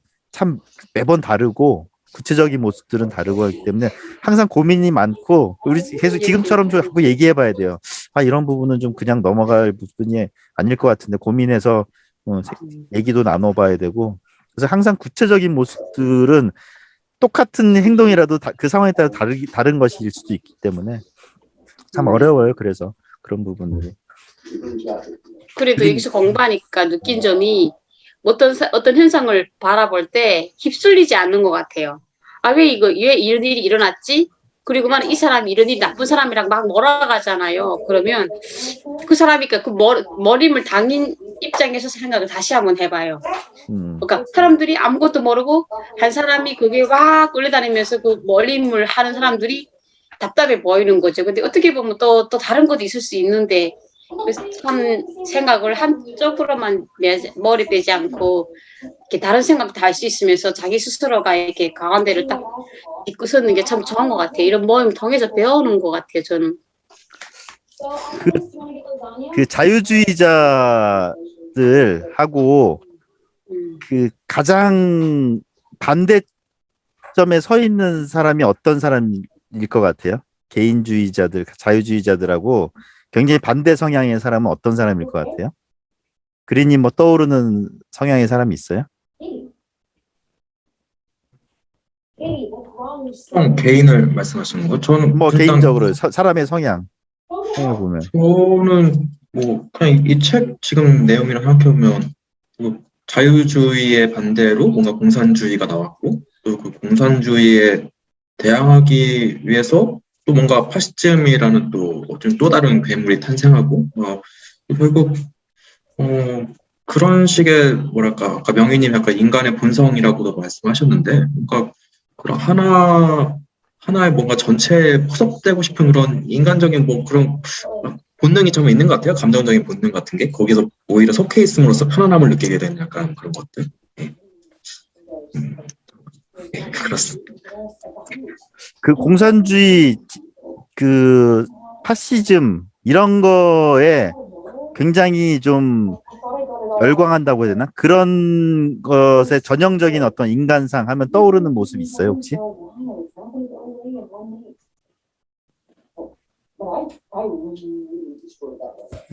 이건 이제 제 그냥 개인적인 생각인데 자유주의자들은 공감 능력이 좀 많이 예민하게 발달한 사람들이라는 좀 생각이 좀 있어요. 그 상대 입장을 자꾸 바꿔 생각하고 이제 그러니까는 이제 날 건드리지 마세요. 나도 널 건드리지 않을게요라는 생각이 자꾸 깔려 있는 그런 건데 그러지 않는 사람들 공감 능력이 떨어져 있는 사람들 어떤 사람이냐면은 사이코패스거든요. 그 아주 공감 능력이란 게 완전히 결여되어 있는 사람들은 사이코패스예요. 그 사람들이 주로 많이 하는 게 그 사람들이 주로 즐기는 게 뭐냐면요. 사람을 조종하고 그 상황을 조종하고 누군가 위해서 뭔가를 조종하고 이런 거에 희열감을 느끼는 사람이에요. 그래서 이 상대와 나와의 자리를 뒤바꿔 생각한다기보다는 사람을 무언가로 수단으로 이용한다거나 뭔가를 좀 이렇게 잘 조종해가지고 무언가를 내가 이루려고 하는 거야. 이 사람들을 동원하거나 이용하거나 그런 공감 능력이 결여되어 있는 사람들이 좀 그런 경향들이 좀 있거든요. 그래서 저는 그런 걸 많이 느낄 때가 좀 많아요. 목적을 위해서 물불 안 가리고 그 수단과 방법을 안 가리는 성향의 사람들이 그 전체주의에 적인 어떤 성향의 사람들이거든요. 그런 데서 또 출세하는 사람들이고 약간 그래서 어찌 보면 그 인간에 내재되어 있는 약간 그런 본능들, 사이코패스적인 본능들이 잘 발현되는 그 사회 분위기라면 이제 그런 쪽으로 많이 가지 않을까 싶어서 내가 그래가지고 괴물이 되지 않도록 노력하고 좀 공감을 많이 하는 어떤 문화 활동들, 그 개인의 어떤 좀 그런 영역들을 좀 그 개인의 문화 영역들을 좀 지키는 것이 사회적으로 지키는 것이 중요하다는 얘기를 자꾸 하는 게 개인적으로는 그런 식으로 좀 받아들여지기 때문에 그래요. 그냥 이게 정말로 개인적인 그냥 경험, 개인적인 생각이에요. 뭔 얘기하다 그 파시즘으로 빠졌냐. 예. 그래서 또 뭐 더 여기에서 파시즘에 대해서 혹시 궁금하신 것도 있으세요? 파시즘이 나오게 된 아까 모리님이 그 질문하셨던 것 중에 하나가 왜 우리는 자꾸 그런 거에 빠질까? 그리고 자유주의자는 뭔가 좀 잠시만요. 제이나 소리 좀 줄여줘. 그 뭔가 이렇게 좀 그런 어떤 집단 사실 어떻게 보면 자유주의는 개인주의자들이고 그러면 개인주의자의 반대쪽은 다 집단주의자들이고 그럼 항상 개인과 집단의 싸움에서는 언제나 개인이 약자일 수밖에 없는데 그런 데에서 분명히 이제 뭐랄까 그 무너지는 경험을 한다든지 힘이 이렇게 뭐 그런 경험들 하는 게 당연한 것 같아요.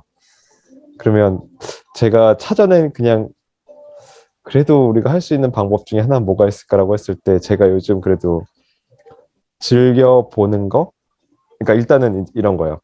그럼 그 집단주의에 속한 사람들은 무엇을 좋아할까? 왜 거기서 편안함과 그 어떤 안심과 심지어 더 나가서 쾌감을 느낄까? 저는 그게 이제 다 도파민의 관점으로 이제 해석을 하고 제가 지난번에도 한번 이런 비슷한 얘기 말씀드린 적 있는 거 있잖아요. 그러한 어떤 정치 활동 뭔가 하는 거에서 자꾸 뭔가 쾌감을 느끼는 사람들이 있는 것 같다고. 이게 말이 되든 안 되든. 그래서 저도 비슷하게 자유주의자들이 할 수 있는 것들은 뭐가 있냐면 분명히 집단주의로 사고하고 행동하는 것에는 언제나 이제 그 모순들이 발생할 거고 결국에는 그거를 잘 끄집어내서 그것들을 이제 놀리는 재미. 네. 그러니까 자유주의자애들 역시 그런 어떤 재미 같은 게 그런 어떤 도파민 분비 활동이 있으면 조금 더 즐겁지 않을까? 좀 최근에 좀 그런 생각을 좀 해봤었어요. 그래서 그 뭐지? 김영민 맞나? 그 4시 4시 10분. 4시 10분 하던 그 친구가 그런 아무래도 이제 뭐 언론 그러니까 그런 코미디언 활동도 해서 그런지 그런 어떤 모순되는 상황에 대한 개그 소재들을 이렇게 뽑아서 위트 있게 뭐 이렇게 하는 것들이 저는 개인적으로 재밌더라고요. 그래서 결국에는 사실 이게 이런 것 같아요. 그러니까 정말 좀 이걸 진지하게 사실 좀 생각해보고 좀 사고하는 사람들 입장에서는 뭐 공부를 같이 하고 그 다음에 이렇게 서로 의견을 나누고 이런 것들은 그냥 하면 되는 건데 사실 대부분의 사람들은 그렇지 않잖아요. 여기 모여 있는 사람들은 아주 특이한 사람들인 거고 그냥 나머지 대부분의 99%의 사람들은 그런 생각을 하지 않는데 저도 그렇게 살았던 것 같고 저도 그냥 예전에 생각해보면 낙검수 같은 거 들으면서 낄낄대면서 저 그 보수 쪽에 나쁜 놈들 막 이러면서 그러면서 전 그런 것들에 대해서 아무 생각 없이 그냥 별다른 고민 없이 받아들였었으니까 제가 30대 초중반 때 쭉 그런 것처럼 저희도 비슷하게 그런 어떤 개그와 위트와 유머로서 다가가는 활동들이 좀 먹힐 수 있지 않을까? 이런 생각을 좀 해봤어요. 맞아요. 그런 게 좀 만들어지면 좋겠어요, 진짜. 근데 이제 조금 좀 모르겠어요. 그거는 타고나는 건지 좀 훈련을 해야 되는 건지. 이제 아까 그 얘기하니까 또 생각이 나는데 내가 사이코패스 얘기했잖아요. 사이코패스들의 또 하나의 특징이 뭔지 알아요? 실증을 잘 내요. 도파민의 특징이 그래요. 아까 강영님이 도파민 얘기해서 내가 드는 얘기. 도파민들에 의존하는 그 중독 물질, 중독 행동은 똑같은 양의 행동이나 똑같은 양의 물질로는 그만큼의 쾌감을 못 얻거든요. 금방 질리는 성향이 있어요, 도파민은. 그래서 더 많은 양을 뭐 요구한다거나 더 강한 자극을 요구한다거나 그래야지 그게 반복될 수 있거든요. 그래서 금방 질려서 유지가 잘 안 돼요. 그러니까는 그리고 또 한 가지 집단주의는 아까도 얘기한 것처럼 사회적 그 분업 협력을 무너뜨리기 때문에 결국에는 생산성에 문제가 생겨서 지속 가능성이 없으니까 이제 무너지게 되거든요. 그러니까 언젠간 자멸하게 돼 있어요, 사실은. 근데 자멸할 때까지 가만히 놔두면은 자멸을 안 하죠. 왜냐하면 더 강한 사람들을 막 죽여가면서까지 더 강한 자극을 계속하니까. 그래서 그 사람들이 그 도파민 딱 분비되고 즐겁고 현타가 왔을 때 떠올릴 수 있는 메시지. 이게 그러면 안 된다. 이거는 이래야 된다. 우리 개인주의, 자유주의의 메시지는 계속 날릴 필요는 있다는 거죠. 현타가 오는 시간들이 항상 오니까.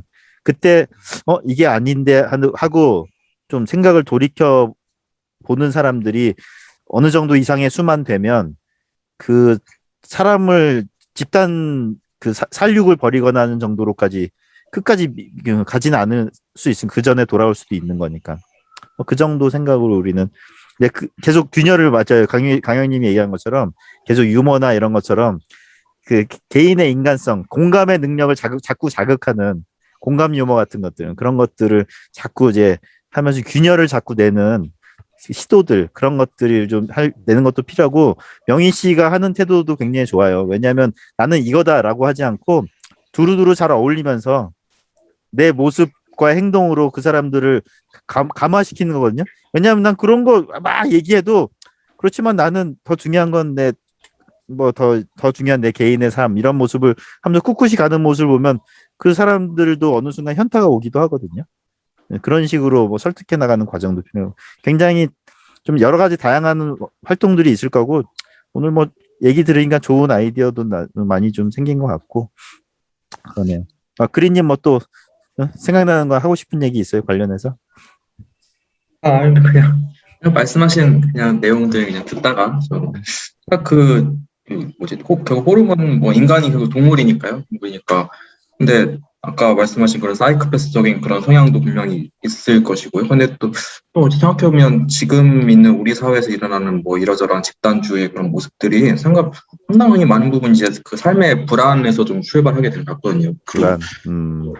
이게 뭐 굳이 뭐 학창 시절 뭐 왕따문화 이런 거 얘기하면 뭔가 하나 집단을 단결하고 희생양을 만들고 함으로써 쾌감을 얻고 근데 이런 게 결국에는 이제 내가 더 다수의 편에 속했다는 그런 안정감 같은 것이 될 수도 있을 것이고요. 그리고 지금 뭐 20대 청년들이 이제 많은 불만들이 물론 타당한 면도 있겠지만 상당 부분은 이제 그 미래가 기대가 되지 않는다는 불안한 감정이 나온다고 생각이 들거든요. 그러면 그 자유주의 개인주의가 정착이 되려면 그런 사람들의 불안한 그 동물로서 느끼는 그런 근본적인 감정, 불안함이라는 감정을 어떻게 이거를 안정적으로 바꿔줄 수 있을 것인가? 이런 환경을 어떻게 만들어갈 수 있을 것인가? 대한 고민이 좀 깊어지게 만들고 그리고 이건 좀 아까 초반에 나왔던 건데 그 자유주의가 어떤 그냥 관용 내지 그냥 그 소극적인 억제에 머무른다면 뭐 그거 자체도 하나의 자유주의의 장점이 될 수도 있겠지만 또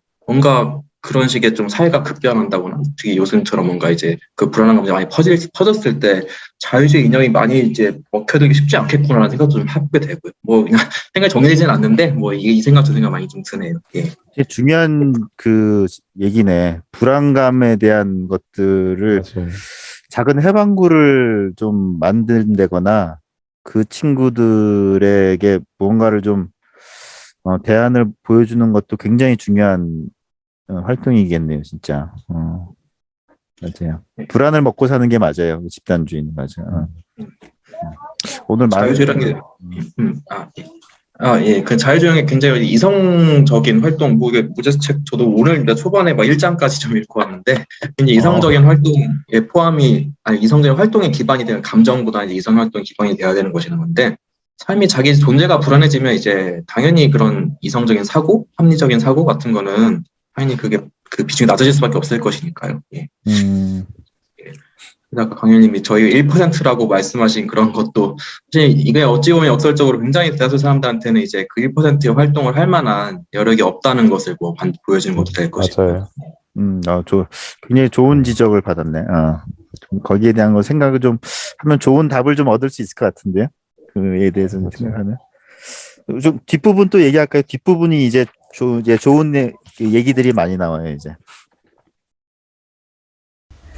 파시즘의 대내 정책에 있어서 가장 위험이 큰 요소는 폭력이 지닌 문제 해결 능력을 과신하는 데 있다. 확실한 성공을 거두기 위해서는 승리하고야 말겠다는 확고한 의지를 지니고 언제나 폭력적인 방법을 사용하는 것이 최선의 정책이라는 것이다. 그러나 상대편 역시 승리하겠다는 불타는 의지에서 똑같이 폭력적인 행동을 취한다면 그 결과는 어떻게 되겠는가? 그것은 분명히 전쟁, 즉 내란이 될 것이다. 이와 같은 분쟁에서는 수적으로 가장 강한 편이 최후의 승리자가 될 것이다. 장기적인 관점에서 보면 소수 집단은 비록 그것이 가장 유능하고 활기찬 자들로 구성되어 있다 하더라도 다수의 의사에 반대하는 데 성공할 수 없다. 따라서 여기에서 가장 결정적인 질문은 어떻게 하면 자신의 정당이 다수의 지지를 얻도록 할 수 있는가가 될 것이다.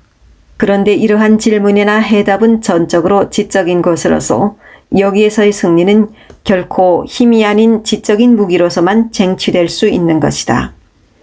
자기에게 반대하는 사람을 힘으로 억누르는 것은 자신이 주장하는 바에 대한 동조자를 구하는 방법으로서 가장 부적합한 것이다. 지적인 논쟁을 통하여 정당화가 이루어져 국민 여론의 지지를 받고 있는 것이 아닌 적나라한 힘의 사용은 싸우고자 하는 상대에게 새로운 동조자를 만들어줄 뿐이다. 힘과 사상의 싸움에서는 언제나 후자가 승리한다. 파시즘이 오늘날 성공할 수 있는 것은 사회주의자나 공산주의자가 범한 광범위한 못된 짓들에 대한 미움이 여러 계층에 걸쳐 파시즘에 대한 동정심을 유발했기 때문이다. 그러나 볼세비키가 저지를 범죄 행위에 대한 선명하던 기억이 약해지면 사회주의의 실천 방안들이 대중에 대하여 매력적인 힘을 또다시 발휘하게 될 것이다. 파시즘은 사회주의 사상을 억압하고 그것을 퍼뜨리는 자들을 처형하는 일 외에 그와 맞서기 싸우기 위해 아무런 일도 하지 않았기 때문이다. 만일 진정으로 사회주의와 싸우고자 한다면 새로운 사상을 무기로 맞서야 할 것이다. 그러나 사회주의에 대해 효과적으로 반대할 수 있는 사상으로서는 단 하나, 즉 자유주의밖에 없다. 어떤 주장을 더 잘 전파시키는 데는 순교자를 내는 것보다 더 좋은 방법이 없다는 말이 있다. 이것은 단지 대략적으로만 옳을 뿐이다. 압박을 받는 집단의 주장을 강화시켜주는 것은 그것을 추종하는 자들의 순교가 아니라 그것이 지식의 힘이 아닌 무력에 의해 공격받고 있다는 사실이다. 야만적인 힘에 의한 억압은 언제나 지식이라는 더 나은 무기를 사용할 수 없음을 고백하는 것과 같은데 후자가 더 나은 이유는 그것만이 최후의 승리를 가져다 주기 때문이다. 지식의 무기를 개발하지 못한다는 것이 파시즘이 지닌 최대의 오류이며 그것은 결국 파시즘의 파멸을 가져올 것이다. 몇몇 나라에 있어서 파시즘의 승리는 재산이라는 문제에 관한 장구한 일련의 투쟁 과정에서 나타난 짤막한 이야기에 불과하다. 다음번의 에피소드는 아마 공산주의의 승리가 될 것이다. 그러나 이러한 투쟁의 최종적인 결과는 무기가 아니라 사상에 의해서 결정될 것이다. 사람들을 파벌로 구별지으며 그들의 손에 무기를 쥐어주어 누구를 위해서 그리고 누구에 대항해서 그 무기를 사용할 것인가를 결정짓는 것은 바로 사상이다. 무기가 아니라 사상만이 궁극적으로 저울이 기우는 방향을 결정할 것이다. 이상은 파시즘의 국내 정권에 관한 분석이다. 국가와 국가 사이의 관계에 있어서 공공연한 힘의 원칙을 내세우고 있는 파시즘의 대외 정책이 모든 근대 문명을 파괴시키게 될 끊임없는 전쟁을 유발시킬 수밖에 없다는 것은 이제 더 이상의 논의를 요하지 않는다. 우리 인류가 향유하고 있는 경제 발전의 현수준을 유지하고 증진시키기 위해서는 국가 간의 평화가 보장되어야 한다. 그러나 국가들의 모임에 있어서 오로지 무력에 의해서만 각자 제 위치를 확보할 수 있다는 믿음이 각 국가가 따르고 있는 이념에 지닌 가장 기본적인 가르침이라면 평화 공존이란 불가능하다. 파시즘이나 독재 정권의 수립을 목표로 하고 있는 그와 유사한 운동이 좋은 의도를 지니고 있으며 그들의 간섭이 우선 당장은 유럽의 문명을 구원했다는 것을 부정할 수는 없다. 파시즘이 그렇게 함으로써 얻은 영예는 아마 역사에 길이 남아있을 것이다. 그러나 비록 그 정책이 당장의 구원을 가져왔다 하더라도 지속적인 성공을 약속할 수 있는 종류는 아니다. 파시즘은 그저 응급조치였을 뿐이다. 그것이 그보다 더한 무엇이라 생각한다면 치명적인 오류이다.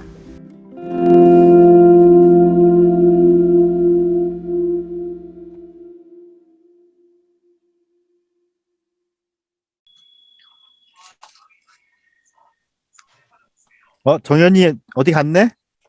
뒤에서 얼쩡얼쩡 하더니 여기 있어요. 아직 있어요? 내 방에서 자요. 이제 잠들었어 이제? 아니, 게임 안 게임. 이게 토론하고 있는 엄마가 좋은가 보다. 아니, 들어야지, 우리 아들도. 아, 부른 거야? 일부러 들어야지. 오빠 공부하는 거 보고 공부해야지요. 깼네 뒤에. 뽀뽀하고 있어요.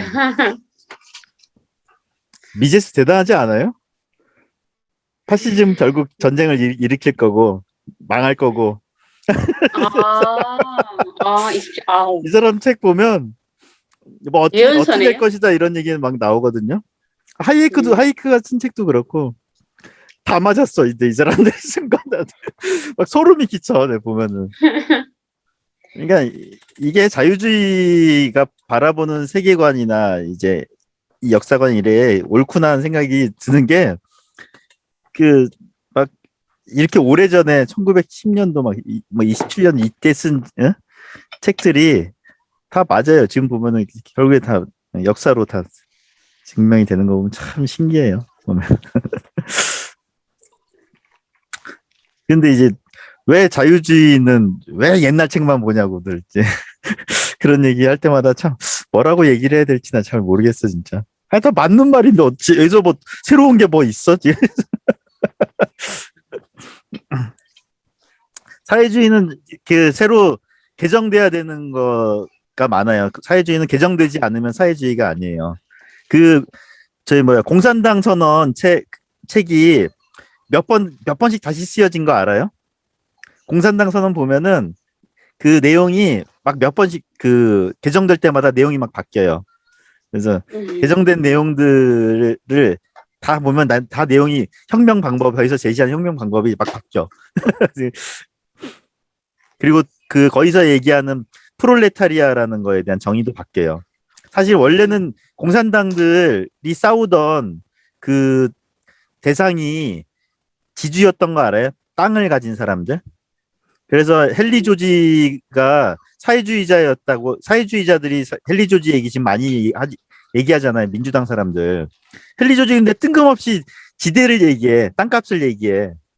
근데 정말 이해가 안 가잖아요. 이게 무슨 말이지? 땅값을 얘기하면 그냥 우리는 지금을 현재를 사는 우리는 헨리 조지의 땅값 얘기는 그냥 임대료를 그리고 내지는 뭐 부동산 가격에 대한 얘기, 좋은 얘기를 한 사람이구나라고만 생각하는데 헨리 조지는 기본적으로 공산주의 사상을 만든 사람이라고 보면 돼요. 그러니까 공산주의의 기본 사상은 뭐냐면은 옛날에는 지주가 최대의 갑이었어요. 그래서 그 지주가 땅을 소작을 줘. 그 봉건 영주지 말하자면 봉건 영주가 밑에다 소작농에 소작을 줘요. 그럼 그 소작농이 그 땅을 받아서 그거를 땅을 말하자면 이제 소작할 권리를 얻잖아요. 그럼 그거를 내가 생산력이 늘어나면 거기에 대한 거에 일부를 또 저게 그걸 또 남한테 또 전전세를 주듯이 또 세를 줘요. 다른 소장농에게. 그 소장농이 또 생산력이 좋아지면 또 다음 소장농에게 주고 이런 식으로 소장농들 그 권리를 부여받고 그거를 이제 그 넘겨주는 그 사람들을 원래 부르주아지라고 불렀어요. 그래서 그 땅을 이제 땅을 소작권을 갖고 그 있는 사람들. 근데 그런 소작의 그 권리를 갖지 못한 정말로 나중에는 어느 순간에는 그냥 자기 몸만 대야 되는 사람들이 있을 거 아니에요.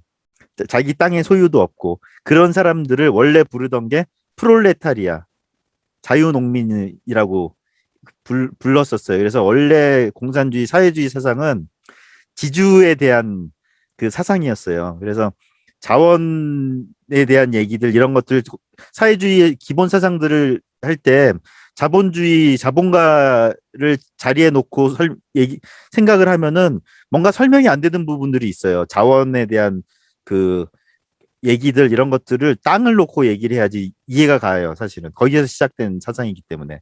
근데 그 자리에다가 우리가 이제 자본가를 집어넣고 뭐 이러고 심지어는 사회주의가 혁명에 성공할 때는 자기들이 싸우던 지주들을 같은 편으로 끌어들여 가지고 이겨요. 나중엔.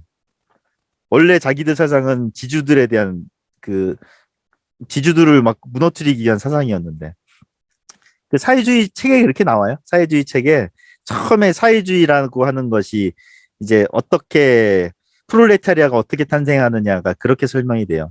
자원 땅이 농지가 개발되면서 이제 뭐 그런 얘기로 쭉 나가거든요.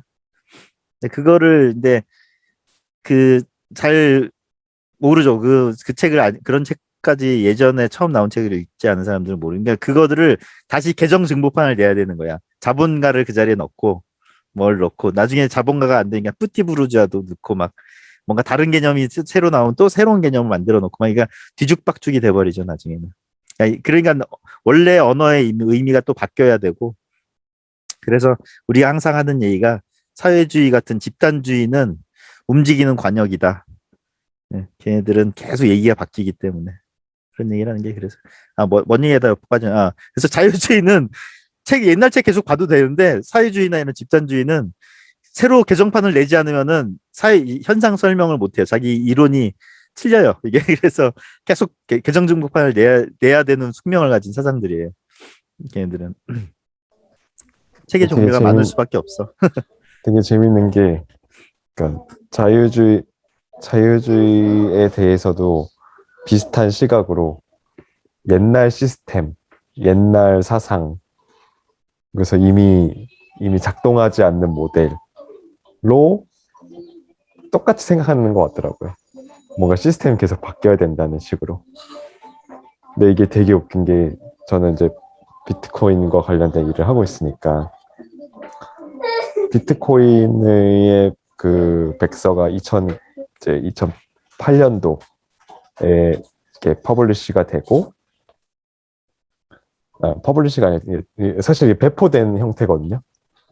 근데 아무튼 그렇게 되고 그리고 나서 비트코인의 아류작부터 시작해서 수많은 블록체인이 지금도 쏟아져 나오는데 마치 이게 똑같아요.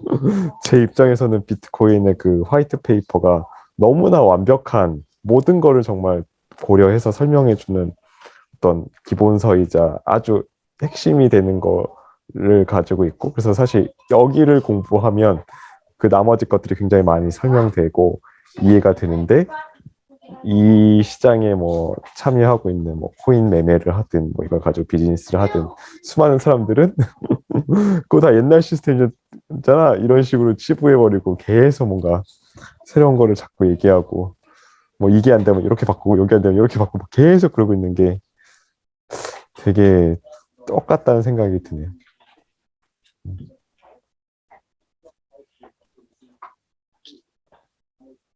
지금 자유주의는 옛날 것이다.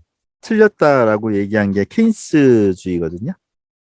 그때 대공황 2차 대전을 겪으면서 이제 국가주의가 다시 올라오면서 자유주의를 공격하는 근거가 이제 케인스주의였단 말이에요. 지금 우리의 과제는 어찌 보면 자유주의는 틀렸다고 얘기한 그 사람의 그 논리가 잘못됐다는 거를 입증을 해야 우리 고전적인 자유주의가 여전히 옳다는 거를 이제 그 설명할 수 있고, 그리고 실제로 보수 측도 우리를 자유주의에 대한 문제를 얘기할 때, 특히 좌건 우건 자유주의의 문제를 얘기할 때 항상 2차 대전 대공황 얘기라든가 뭐 케인스주의를 이제 내밀거든요.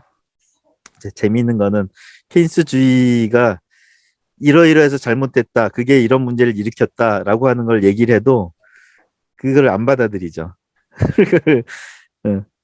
이게 참 그게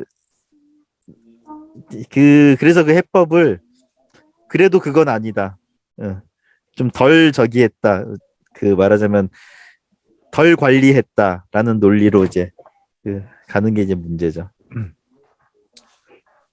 그래서 이제 거기에서 우리가 하는 게 그 정부의 실패 얘기를 이제 거기서 이제 하게 된 거예요. 왜냐하면 왜 얘네들은 인정하려고 하지 않을까, 케인스주의가 잘못된 거를. 이제 그 케인스주의를 밀어붙여야 되는 그 이득이 정부 관료들에겐 있는 거예요, 이게. 그거를 이제 입증해낸 게 이제 뷰캐넌 같은 사람들의 그 정부 실패에 대한 얘기를 이제 하는 거죠.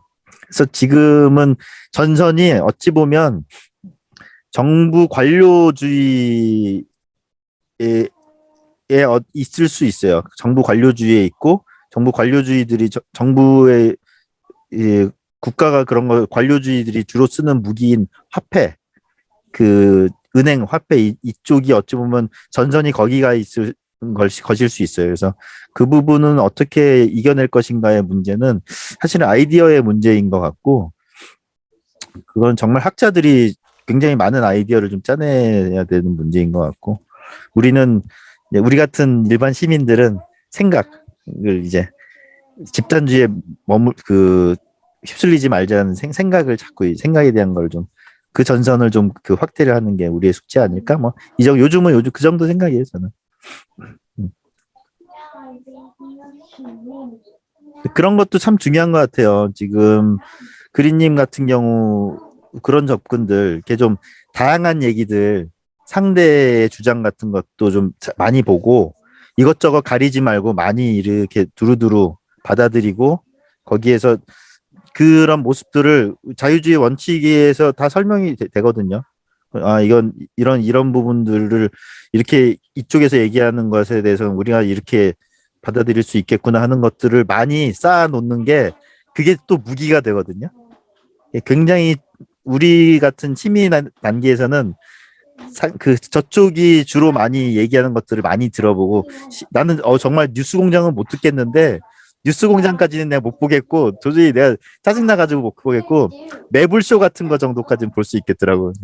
거기에서 주로 어떤 좀 생각에 어떤 세계관으로 가지고 사람들이 웃고 떠들고 즐기는지 같이 공감하고 웃고 하면서, 그래서 배울 거 배우고, 이런 부분들은 이런 식으로 우리가 접근하면 좋겠구나, 이런 거 배우고, 그런 것들이 우리 같은 이제 일반 시민 수준에서 문화운동을 담당해야 되는 우리 시민들 수준에서의 어떤 좀 과제 아닐까? 요즘은 그 정도 생각합니다.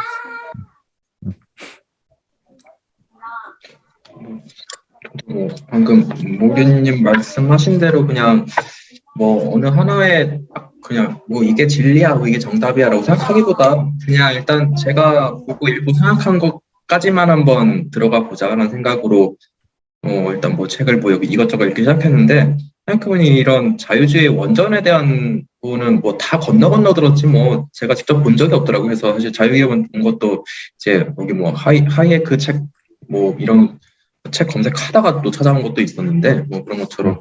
근데 아까 이제 이 미제스 책이 방금 아까 이거를 낮에 잠깐 읽었는데 80점 부분을 읽을 때는 뭐 옛날 얘기나 하고 쓱 지나쳤는데, 이 결말이 되게 쿵 하는 부분이 있네요. 이게 이렇게 진짜 뭐랄까 뭔가 묵시론적 예언을 보는 것처럼 막 이렇게 이게 파시즘의 본질을 좀 깨우쳤다, 이런 것이 한 게 있었고요. 그리고 그냥 또 하나 드는 생각, 아까 우리님이 이제 그 케인스가 결국 대공황 때문에 이제 케인스주의가 나온 거잖아요. 그러면 근데 사실 이게 뭐 책이 뭐 영어로는 뭐 85년 판, 뭐 이렇게 그 85년 판도 있는데 아마 이게 그냥 초판을 그냥 그대로 실은 것 같아요. 그래서 미제스는 1927년. 예, 이 철저한 자유주의자로서 이런 대공황 같은 사건에 대해서는 어떻게 이제 분석했을지 뭐 다른 책에 썼을지는 또 모를 일이지만 그런 것도 좀 궁금해지기도 하고 좀 그렇네요. 예. 근데 재밌는 게 되게 그런 그 가리지 않고 굉장히 자유롭게 굉장히 넓게 많이 본 사람들이 굉장히 그 자유주의의 그 이론서들을 쉽게 잘 이해해요. 그런 것들이 녹아져 있고 그런 것들에 대한 좀 이렇게 그런 게 지식이나 이런 것 이해가 좀 쌓여 있으면 굉장히 쉽게 이해를 하거든요. 근데 이제 내가 굉장히 독서 모임하면서 느꼈던 건 뭐냐면은 한 가지만 본 사람들 있잖아. 뭐 박정희 뭐 이런 거 또 뭐 우리 뭐 이거 우파에 뭐 그거 저런 건 보면 안 돼. 아니야 이거 뭐 이런 사람들은 얘기를 해도 잘 이렇게 그대로 다르게 해석을 하더라고. 참 그런 게 어렵더라고. 그래서 이거는 좀 두루두루 좀 많이 경험하고 그래서 젊은 친구들 이제 자유주의 뭐 어쩌고 뭐 우파에 뭐 한다는 친구들한테 항상 하는 얘기가 일단 밥벌이부터 열심히 하고 이것저것 많이 두루두루 가리지 말고 좀 이렇게 즐기고 하다못해 뭐 영화 같은 거를 많이 봐도 거기에 담겨 있는 것들이 나중에 퍼즐처럼 맞춰지거든요. 이런 것 보면 그래서 그런 좀 자세도 굉장히 좀 길게 간다는 걸 그 자세도 참 중요하고 근데 이건 있어요. 케인스주의가 대공황 때문에 나온 게 아니에요. 사실은 케인스주의가 대공황을 일으킨 거예요. 사실은 그건 이제 나중에 언제 날 잡아서 대공황에 대한 얘기는 좀 하면 되게 재밌는 얘기가 되게 많으니까 나중에 한번 좀 얘기를 한번 나누도록 하냐 아니면은 거기에 관련된 책이나 이런 것만 한번 싹 정리해서 얘기 나누면 한번 읽어볼 만한 책 내가 많이 좀 줄게요. 저번에 제가 박정희 그 기념관 갔잖아요. 그때 저한테 책 주신 저자님이 그게 뭐 해가지고 토론 같은 거 했잖아요. 근데 저는 좀 하다가 그냥 듣다가 나왔거든요. 피곤해서. 근데 그러니까 거기 있을 때 그냥 저는 듣진 않았지만 이런 생각을 했어요. 책 쓴 저자가 박정희를 잘 알아서 쓰긴 썼겠는데, 그러니까 박정희 근원감각에서 느낀 점이, 그러니까 애당초 처음에는 내가 뭐 굳이 알고 싶지도 않고 뭐 듣긴 들었으니까 뭐 나쁜 사람은 아니고 뭐 어쩔 수 없이 그 시대는 그렇게 할 수밖에 없었다 하는 건 알긴 알았는데 이렇게 너무 막 강적으로 막 박정희에 대해서 모든 현상과 뭐 거기서 박정희가 뭐 현명해서 뭐 완전 뭐 지략적에서 다 한 것처럼 얘기하는 것처럼 글을 썼더라고요. 그래서 근데 뭐 저는 그래서 그걸 들으면서 저는 오래 안 듣고 얼른 나가긴 했는데 그러니까 사람들이 막 옳다고 막 이렇게 막 그 분위기에서 막 말하는 거 보니까 저 사실 그 자리 불편했거든요. 그러니까 이 중립적인 입장에서 다른 시각으로 말하시는 자리도 안 됐고, 그렇죠. 김일성이 막 그 위대한 사상을 막 이렇게 하는 거랑 똑같은 느낌이 들어서 사실 불편했어요. 그 자리가. 그래서 굳이 안 듣고 싶더라고요. 그러니까 뭐 어차피 그 사람들이 생각은 하나밖에 없는데 내가 거기서 그 이야기를 들으면서 그 불편한 걸 굳이 감내하기 힘들어서 사실 나오긴 했는데 그런 사람들이 참 저는 무섭다고 생각하거든요. 자유주의자들이 되게 경계해야 할 대상인 것 같아요. 그런 사람들이 저는 그렇게 생각해요. 내가 잘못 생각한 건지 모르겠는데 사람이라든가 집단 같은 거를 너무 막 우상화하고 그러니까 똑같은 것 같아요. 뭐든지 너무 한쪽에만 생각해서 이렇게 뭐 어떤 걸 만들어내면 그게 어떻게 전체주의로 가고 그게 뭐 침보러 간다고 뭐 어떻게 한다면서 또 그렇게 가고 뭐 그런 것 같아요. 그 저는 안 맞더라고요. 저는 그냥 거기서 그냥 얼른 나와 버렸는데 그걸 하신 분이 그때 저를 소개시켜준 분이 여기서 여기 그 단톡방에 글 좀 많이 쓰시는 분 맞죠? 뭐던가 이 사람이 그 느낌이 딱 그 사람이라는 느낌이 들더라고요. 그래요? 뭐 그분은 이제 그분의 이제 생각이나 뭐 저희 믿음대로 얘기하시는 거고 이런 거 있어요. 난 박정희를 생각하면 그 뭐라고 해야 되지? 약간 좀 뭉클하다고 해야 되나? 울컥하다고 해야 되나? 약간 그런 건 있죠. 우리 아버지 세대의 느낌, 우리 아버지들이 어떤 고민을 가지고 뭐 그 정도의 느낌이 있어요.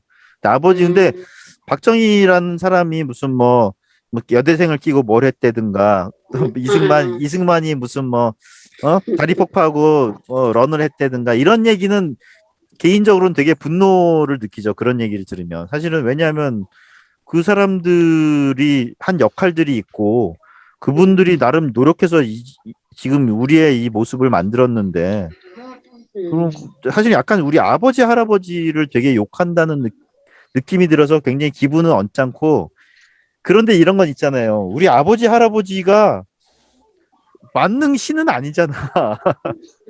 네. 울컥하고 되게 뭔가 열심히 해보려고 했던 분위기고 굉장히 그리고 그 당시는 얼마나 그 굉장히 그 뭐라 그러지? 우리 마음을 심금을 울리는 여러 가지 일들이 많았어요. 그때는 굉장히 힘든 예, 상황에서 그런 거를 생각하면 근데 이제 그 사람들이 이제 뭐 신적으로 뭐 해가지고 뭔가 대단한 노력을 해서 뭔가를 지금의 우리의 모습을 만들었다라고 결론을 내리는 거는 이거는 아닌 거예요. 이게 왜냐하면 이거 이상의 이유가 있는 거예요. 그 이상의 무언가의 이유를 찾아내야 우리가 우리 아이들 세대에게 그 위 세대한테 물려받은 이거를 더 발전시켜서 물려줄 수 있는 건데 근데 박정희 같은 사람을 지도자가 나와야지 이게 발전이 된다? 그건 아니잖아요.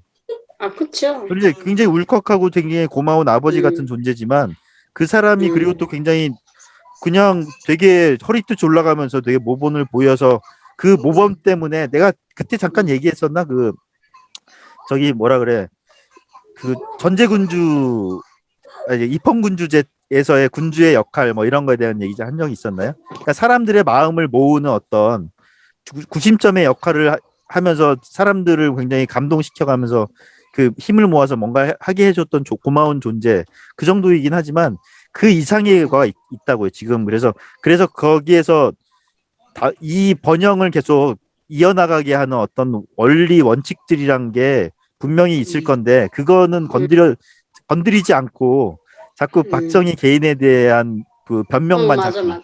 이게 박정희 신격화는 사실은 박정희에 대한 변명이거든요. 변명만 자꾸 늘어놓고 있으니까 조금 거기서 한 발짝만 더 나갔으면 좋겠는데 이제 그 생각이 드는 거예요 저는. 그래서 그거를 우리 같은 자유주의자들은 그 물적 토대라는 걸 아니까 경제 발전의 분업의 체계라든가 이런 걸 그런 거에 대한 얘기를 좀 하고 그래서 그런 생각을 가진 분들 만나서 이런 얘기들 박정희 시절이 왜 어떤 의미가 있는지에 대한 얘기도 하고 그러는데 그 이상은 받아들이지 않더라고요. 이게 뭐 그렇다 하면 그분들은 박정희가 얘는 박정희 편이냐 아니냐로만 받아들이고 맞아요. 다음에 만나면 까먹더라고요 보니까. 그래서 우리 다음 세대가 바라보게 되는 박정희 기념관에 그 한 비어진 한 켠에 우리가 새겨 넣을 어떤 박정희 시대의 교훈 같은 거를 우리 같은 사람들이 새겨 넣을 칸이는 좀 남겨놓을 필요는 있다. 아직은 그거를 새겨 넣을 만한 어떤 마음의 준비는 아직 윗세대는 안 돼 있구나. 그 정도. 근데 박정희는 굉장히 고마운 분이고, 근데 이거는 명백히 알고 있어야 돼요. 박정희가 10월 유신했잖아요. 박정희 10월 유신이 왜 벌어졌는지 제가 잠깐 얘기한 적이 있는데, 박정희가 그때 닉슨 대통령이 중국이랑 교역을 하면서 중국이랑 이제 핑퐁 외교하고 뭐 이러면서 이제 중국이랑 이제 그 수교를 하거든요. 그러면서 그때 발표를 했는데 한반도에서 그걸 다 뺀다 그랬어요. 주한미군을 다 뺀다 그랬어요. 우리한테 상의도 없이. 그때 위기 상황이라고 판단한 거예요. 박정희가. 그래서 10월 유신을 막 하고 그때 이제 한동안은 계속 내가 이거 붙잡고 가야 된다 그러고 10월 유신을 하고 제일 먼저 어디에 통보한 줄 알아요? 미국에 통보 안 했어요. 북한에 통보했어요. 왜냐하면 북한한테 너희들 오판에서 내려오지 말라고. 북한에 통보했잖아요. 그랬더니 북한이 어떤 일이 벌어졌냐면은 명희 씨는 알지 모르겠는데 북한이요 그때 그 수령이 김일성이 아니었어요. 김일성이 수령이 아닌 시기가 있었어요. 언제요? 언제? 그 시기가 지금 러시아 푸틴이 대통령이 아닌 시기가 있었죠. 지금 다시 푸틴이 대통령이 그러니까 자기가 뒤에서 그냥 조정하는 사람이어도 이 사람이 그 사회주의 시스템에 그 맞춰가지고 다른 사람이 수령이고 그 사람 뒤에서 조정하는 그럴 때가 있었어요. 언제요? 누구였어요? 몰라 이름이 있는데 어디 그 우리는 그런 거 배운 적 없어요. 우리는 꿈에도 몰라요. 처음 들어요. 인터넷 뒤져보면 나와요. 사람들 모르는 사람들 많더라고. 인터넷 한번 뒤져보면 다 나와요. 모르죠. 저희 시월 알 유신 수가 없. 관련된 역사 보면은 굉장히 재미있는 역사들이 많아요. 책도 있고 그래서 인터넷 한번 뒤져보면 나오는데 그때 그거를 보고 걔가 김일성이 대놓고 독재가 그때 시작이 됐어. 10월 유신에 연락을 받고 자기가 그냥 바로 수령으로 다시 복권해가지고 그때부터 독재가 시작된 거예요, 사실은. 그 언제 몇 년 전에 10월 유신이 그때가 몇 60 년도지? 76년. 아무튼 그 있어요. 아무튼 알아보면 돼. 72년이었나 뭐. 그래서 그거 서로 주고받은 역사가 있다. 한반도의 그런 역사가 주고받은 역사가 있고 그리고 그 역사의 과정에서 미국과의 동맹 관계에서의 어떤 그런 부분들도 세계적인 어떤 흐름에서의 역학관계가 있다. 이승만도 그래 지금 알다시피 이승만이 대통령 있던 시기에는 굉장히 많이 당했잖아요. 그 미국의 뭐 루즈벨트나 그 다음 그 대통령들 시기에 굉장히 그 소련 간첩들이 관여하면서 굉장히 이승만이 독불 장군으로 행동할 수밖에 없고 우리나라 한반도에서 대통령으로 내려오기가 좀 그 주저될 정도로 미국이 같은 편이 역할도 안 해주고 막 그러던 시절이었던 측면도 있고 그래서 그런 측면들은 좀 그 이해하고 바라봐야 된다. 그런 것들은 좀 이승만이나 박정희 독재에 관련된 거는 그렇게 좀 바라볼 필요가 있고 내가 예전에 공화주의 얘기할 때 잠깐 언급했는데 독재란 그 모습 그 자체만으로 악이라고 볼 것이 아니라 어떤 일들이 벌어졌느냐, 어떤 결과가 벌어졌느냐를 볼 필요가 좀 있다. 이게 자유주의자가 바라보는 사회에 대한 해석이다. 뭐 그런 정도의 뭐 얘기는 좀 하고 싶고 그 정도예요. 오늘 뭔 얘기하다 또 옆으로 빠졌나? 아니 다 필요한 거죠. 뭐. 한번 검색해봐요. 재밌는 역사가 예. 있어요 그 시기에. 나 배워야 되겠다. 봐야 되겠다. 나 처음 듣는 소리. 처음 듣는 소리예요. 저 정말로. 와 대단하시네. 그런 것도 아시네. 10월 유신 관련해서는 사실은 우리 세대도 그렇고 우리 바로 윗세대도 10월 유신하면 그냥 박정희가 그냥 독재한 거 아니야? 이 정도로만 알고 있는 분들 많더라고요. 10월 유신이 어떤 배경에서 벌어졌는지 세계사를 좀 알고 보면 이게 되게 사실은 한반도가 세계사 특히 1, 2차 대전 부터 시작해서 지금까지 굉장히 세계사의 중심에 서 있는 역사예요, 사실은.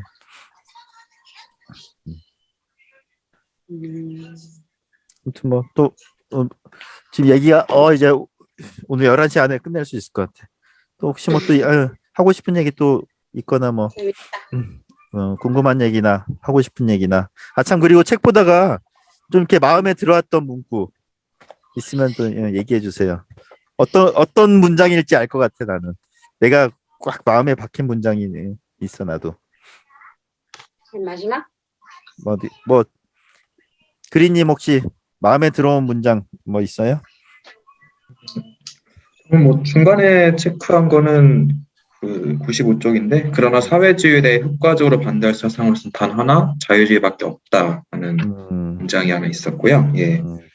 그리고 뭐 2페이지부터는 굉장히 많더라고요. 뭐 그냥 체크해놓은 문장도 많고 뭐 파시즘은 결국 끊임없는 전쟁을 유발시킬 뿐이다부터 해가지고 파시즘은 그저 응급조치였을 뿐이고 치명적인 우려였다. 뭐 이런 부분들, 예, 다 좀 파시즘을 바라보는 좀 그런 통찰, 그러니까 결국 방법상의 폭력성을 띠는 순간 일으킬 수밖에 없는 그런 수많은 우려들을 지적하는 부분이 굉장히 인상적이었습니다. 똑똑한 것 같아 그린님. 예. 예. 또 강영님 또 하고 싶은 뭐. 저는 95페이지 밑에서 두 번째 문단의 마지막 문장. 무기가 아니라 사상만이 궁극적으로 저울이 기우는 방향을 결정할 것이다. 나도 이 문장이 그냥 확 박혔는데 역시 나랑 보는 게 똑같아. 또 명희 씨 또 마음에 들어온 문장 있어요? 그냥 마지막이요. 마지막? 예. 뭐지? 아니 그 파스집이 응급조치뿐이라고 그보다 더한 어리라고 하는 거. 마지막 문장이요. 마지막 문장?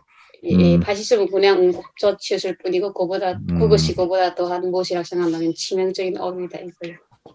그래요. 파시즘은 그냥 그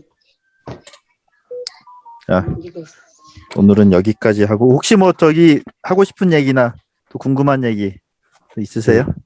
제가 그 페이스북에 올린 동영상 중에 하나가 그 신사임당이 어떤 이제 변호사하고 한 얘기였거든요. 신사임당이? 근데 이제 그러니까 신사임당이란 유튜버가 아, 유튜버가.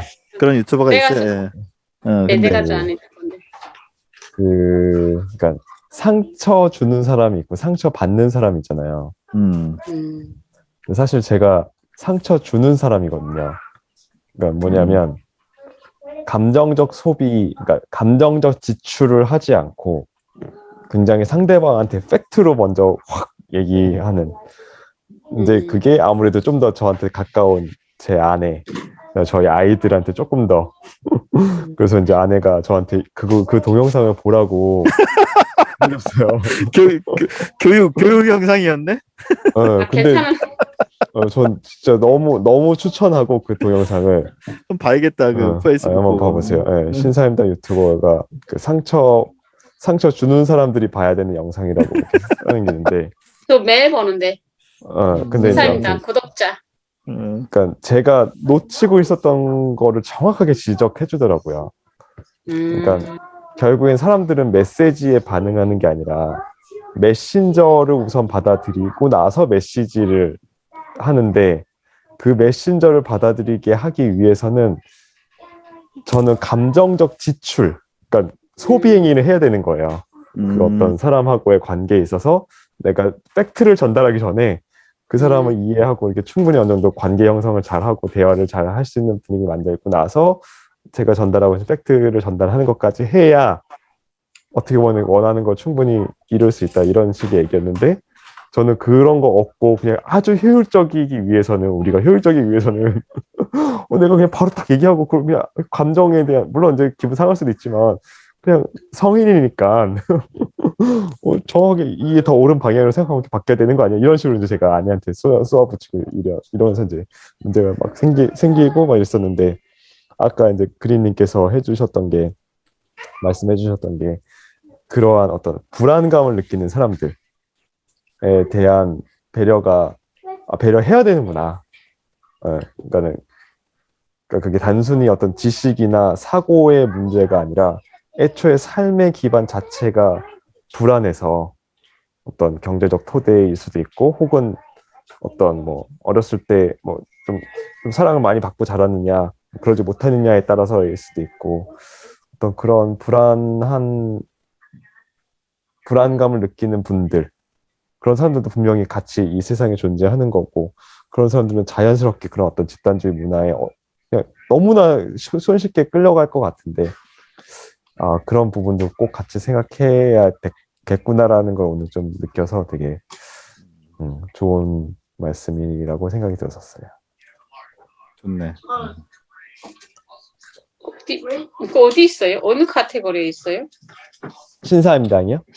네, 아니, 저도 이거 구독자거든요. 근데 어느 카테고리에 있지? 구독자라면서 왜 몰라? 잠시만요. 너무 많이 이것저것 봐가지고. 많이 보니까 그렇지. 아니에요. 저 심사임당이랑 한 세 개인가 네 개인가 봐요. 주식 유튜브만 맨날 보고. 그린님은 오늘 그 처음 참여했는데 뭐 하시고 싶은 얘기나 뭐 느낀 거나 아쉬웠던 거. 사실 이게 뭐 카카오톡방이 오픈 카톡방이다 보니까 이게 다양한 분들이 모여 계시고, 사실 이게 실제로 이제 온라인지만 얼굴 뵙고 얘기 나누면 어떤 이제 이야기 나올까 조금 이제 기대도 되지만 걱정도 좀 됐었어요. 그래서 됐었는데 보고 나니까 이게 평일 저녁에 굉장히 유익한 시간을 보냈던 것 같고, 다른 것보다 이제 방금 뭐 강영님 말씀하신 거랑 같은 저 취지인데, 저도 뭐 아까 모리님이 그 괴물이 되지 않아야 된다. 근데 정말 이게 그 홍상수 영화에 나오기도 하죠. 이게 정말 사람으로 사는 것과 괴물이 되는 것과 정말 이게 어찌 보면 종이 한 장 차이일 것 같거든요. 그리고 거기서 아까 공감과 문화에 대해서 말씀해 주셨던 게, 예, 어찌 보면 그 공감할 수 있는 그 거울 효과라고도 하죠. 그게 어찌 보면 이제 동물 중에 정말 인간만이 갖고 있는 능력이잖아요. 그런 부분들 저도 참 살면서 그냥 그냥 단지 지식 제가 읽고 한 것뿐만이 아니라, 제가 좀 어떻게 다른 사람이든 사회든 인간이든 케어해 보려고 노력했었는가 좀 생각도 해보게 되면서 뜻깊은 시간을 보냈고, 또 그냥 또 추가적인 얘기로는 아까 이제 케인스 얘기 나왔는데, 역시 이게 확실히 이 책 자체가 조금 이제 20년 남은 책이다 보니까 저도 저는 책을 진짜 신간만 읽었지 막 이렇게 원전 내지는 좀 오래된 책을 별로 안 읽었었거든요. 그래서 역사적인 부분이 약하고 생각도 들어가지고 앞으로도 좀 이렇게 모임 계속 나오면서, 예, 앞으로 많은 좀 가르침을 좀 청하도록 하겠습니다. 네, 감사합니다. 네. 그린님이 내가 못 본 책 같은 것도 많이 보고 한 것 같으니까 좀 재미있는 얘기 좀 많이 해주면 좋겠어요. 강영님도 예. 강영님한테도 내가 배우는 게 많거든요. 얘기 듣다 보면. 그래서 명희 씨는 뭐라 그러지? 약간 좀 직관적인 그런 것들이나 이런 것들에 대한 내가 또 많이 배우고, 이게 이렇게 또 실현이 되는구나, 이런 좀 이론적인 것들이 직관으로도 이렇게 되는 거, 이런 거에 대한 배울 때도 좀 많고, 아무튼 많이 모여서 자기 얘기를 많이 하면 결국 배우는 것 같고, 오늘 또 든 생각은 강영 씨 아까 얘기하는 것 듣고, 야, 이게 자유주의를 공부하는 건 사람 철드는 건가 보다, 약간 그 느낌이 조금 좀 들기도 하고 그랬어요. 아무튼 새로운 멤버가 또 오시니까 또 더 재미있는 얘기들이 많이 나온 것 같고, 우리 잘 지내고 일주일 동안 잘 지내시고 다음 주에 또 뵙도록 하겠습니다. 네, 그래요. 잘 들어가시고요. 네, 주무세요. 감사합니다. 명희님, 제가 채팅창에 이거 링크 올렸어요. 보세요. 봤어요. 네. 찾았어요. 네, 저도 찾아보겠습니다. 감사합니다. 네.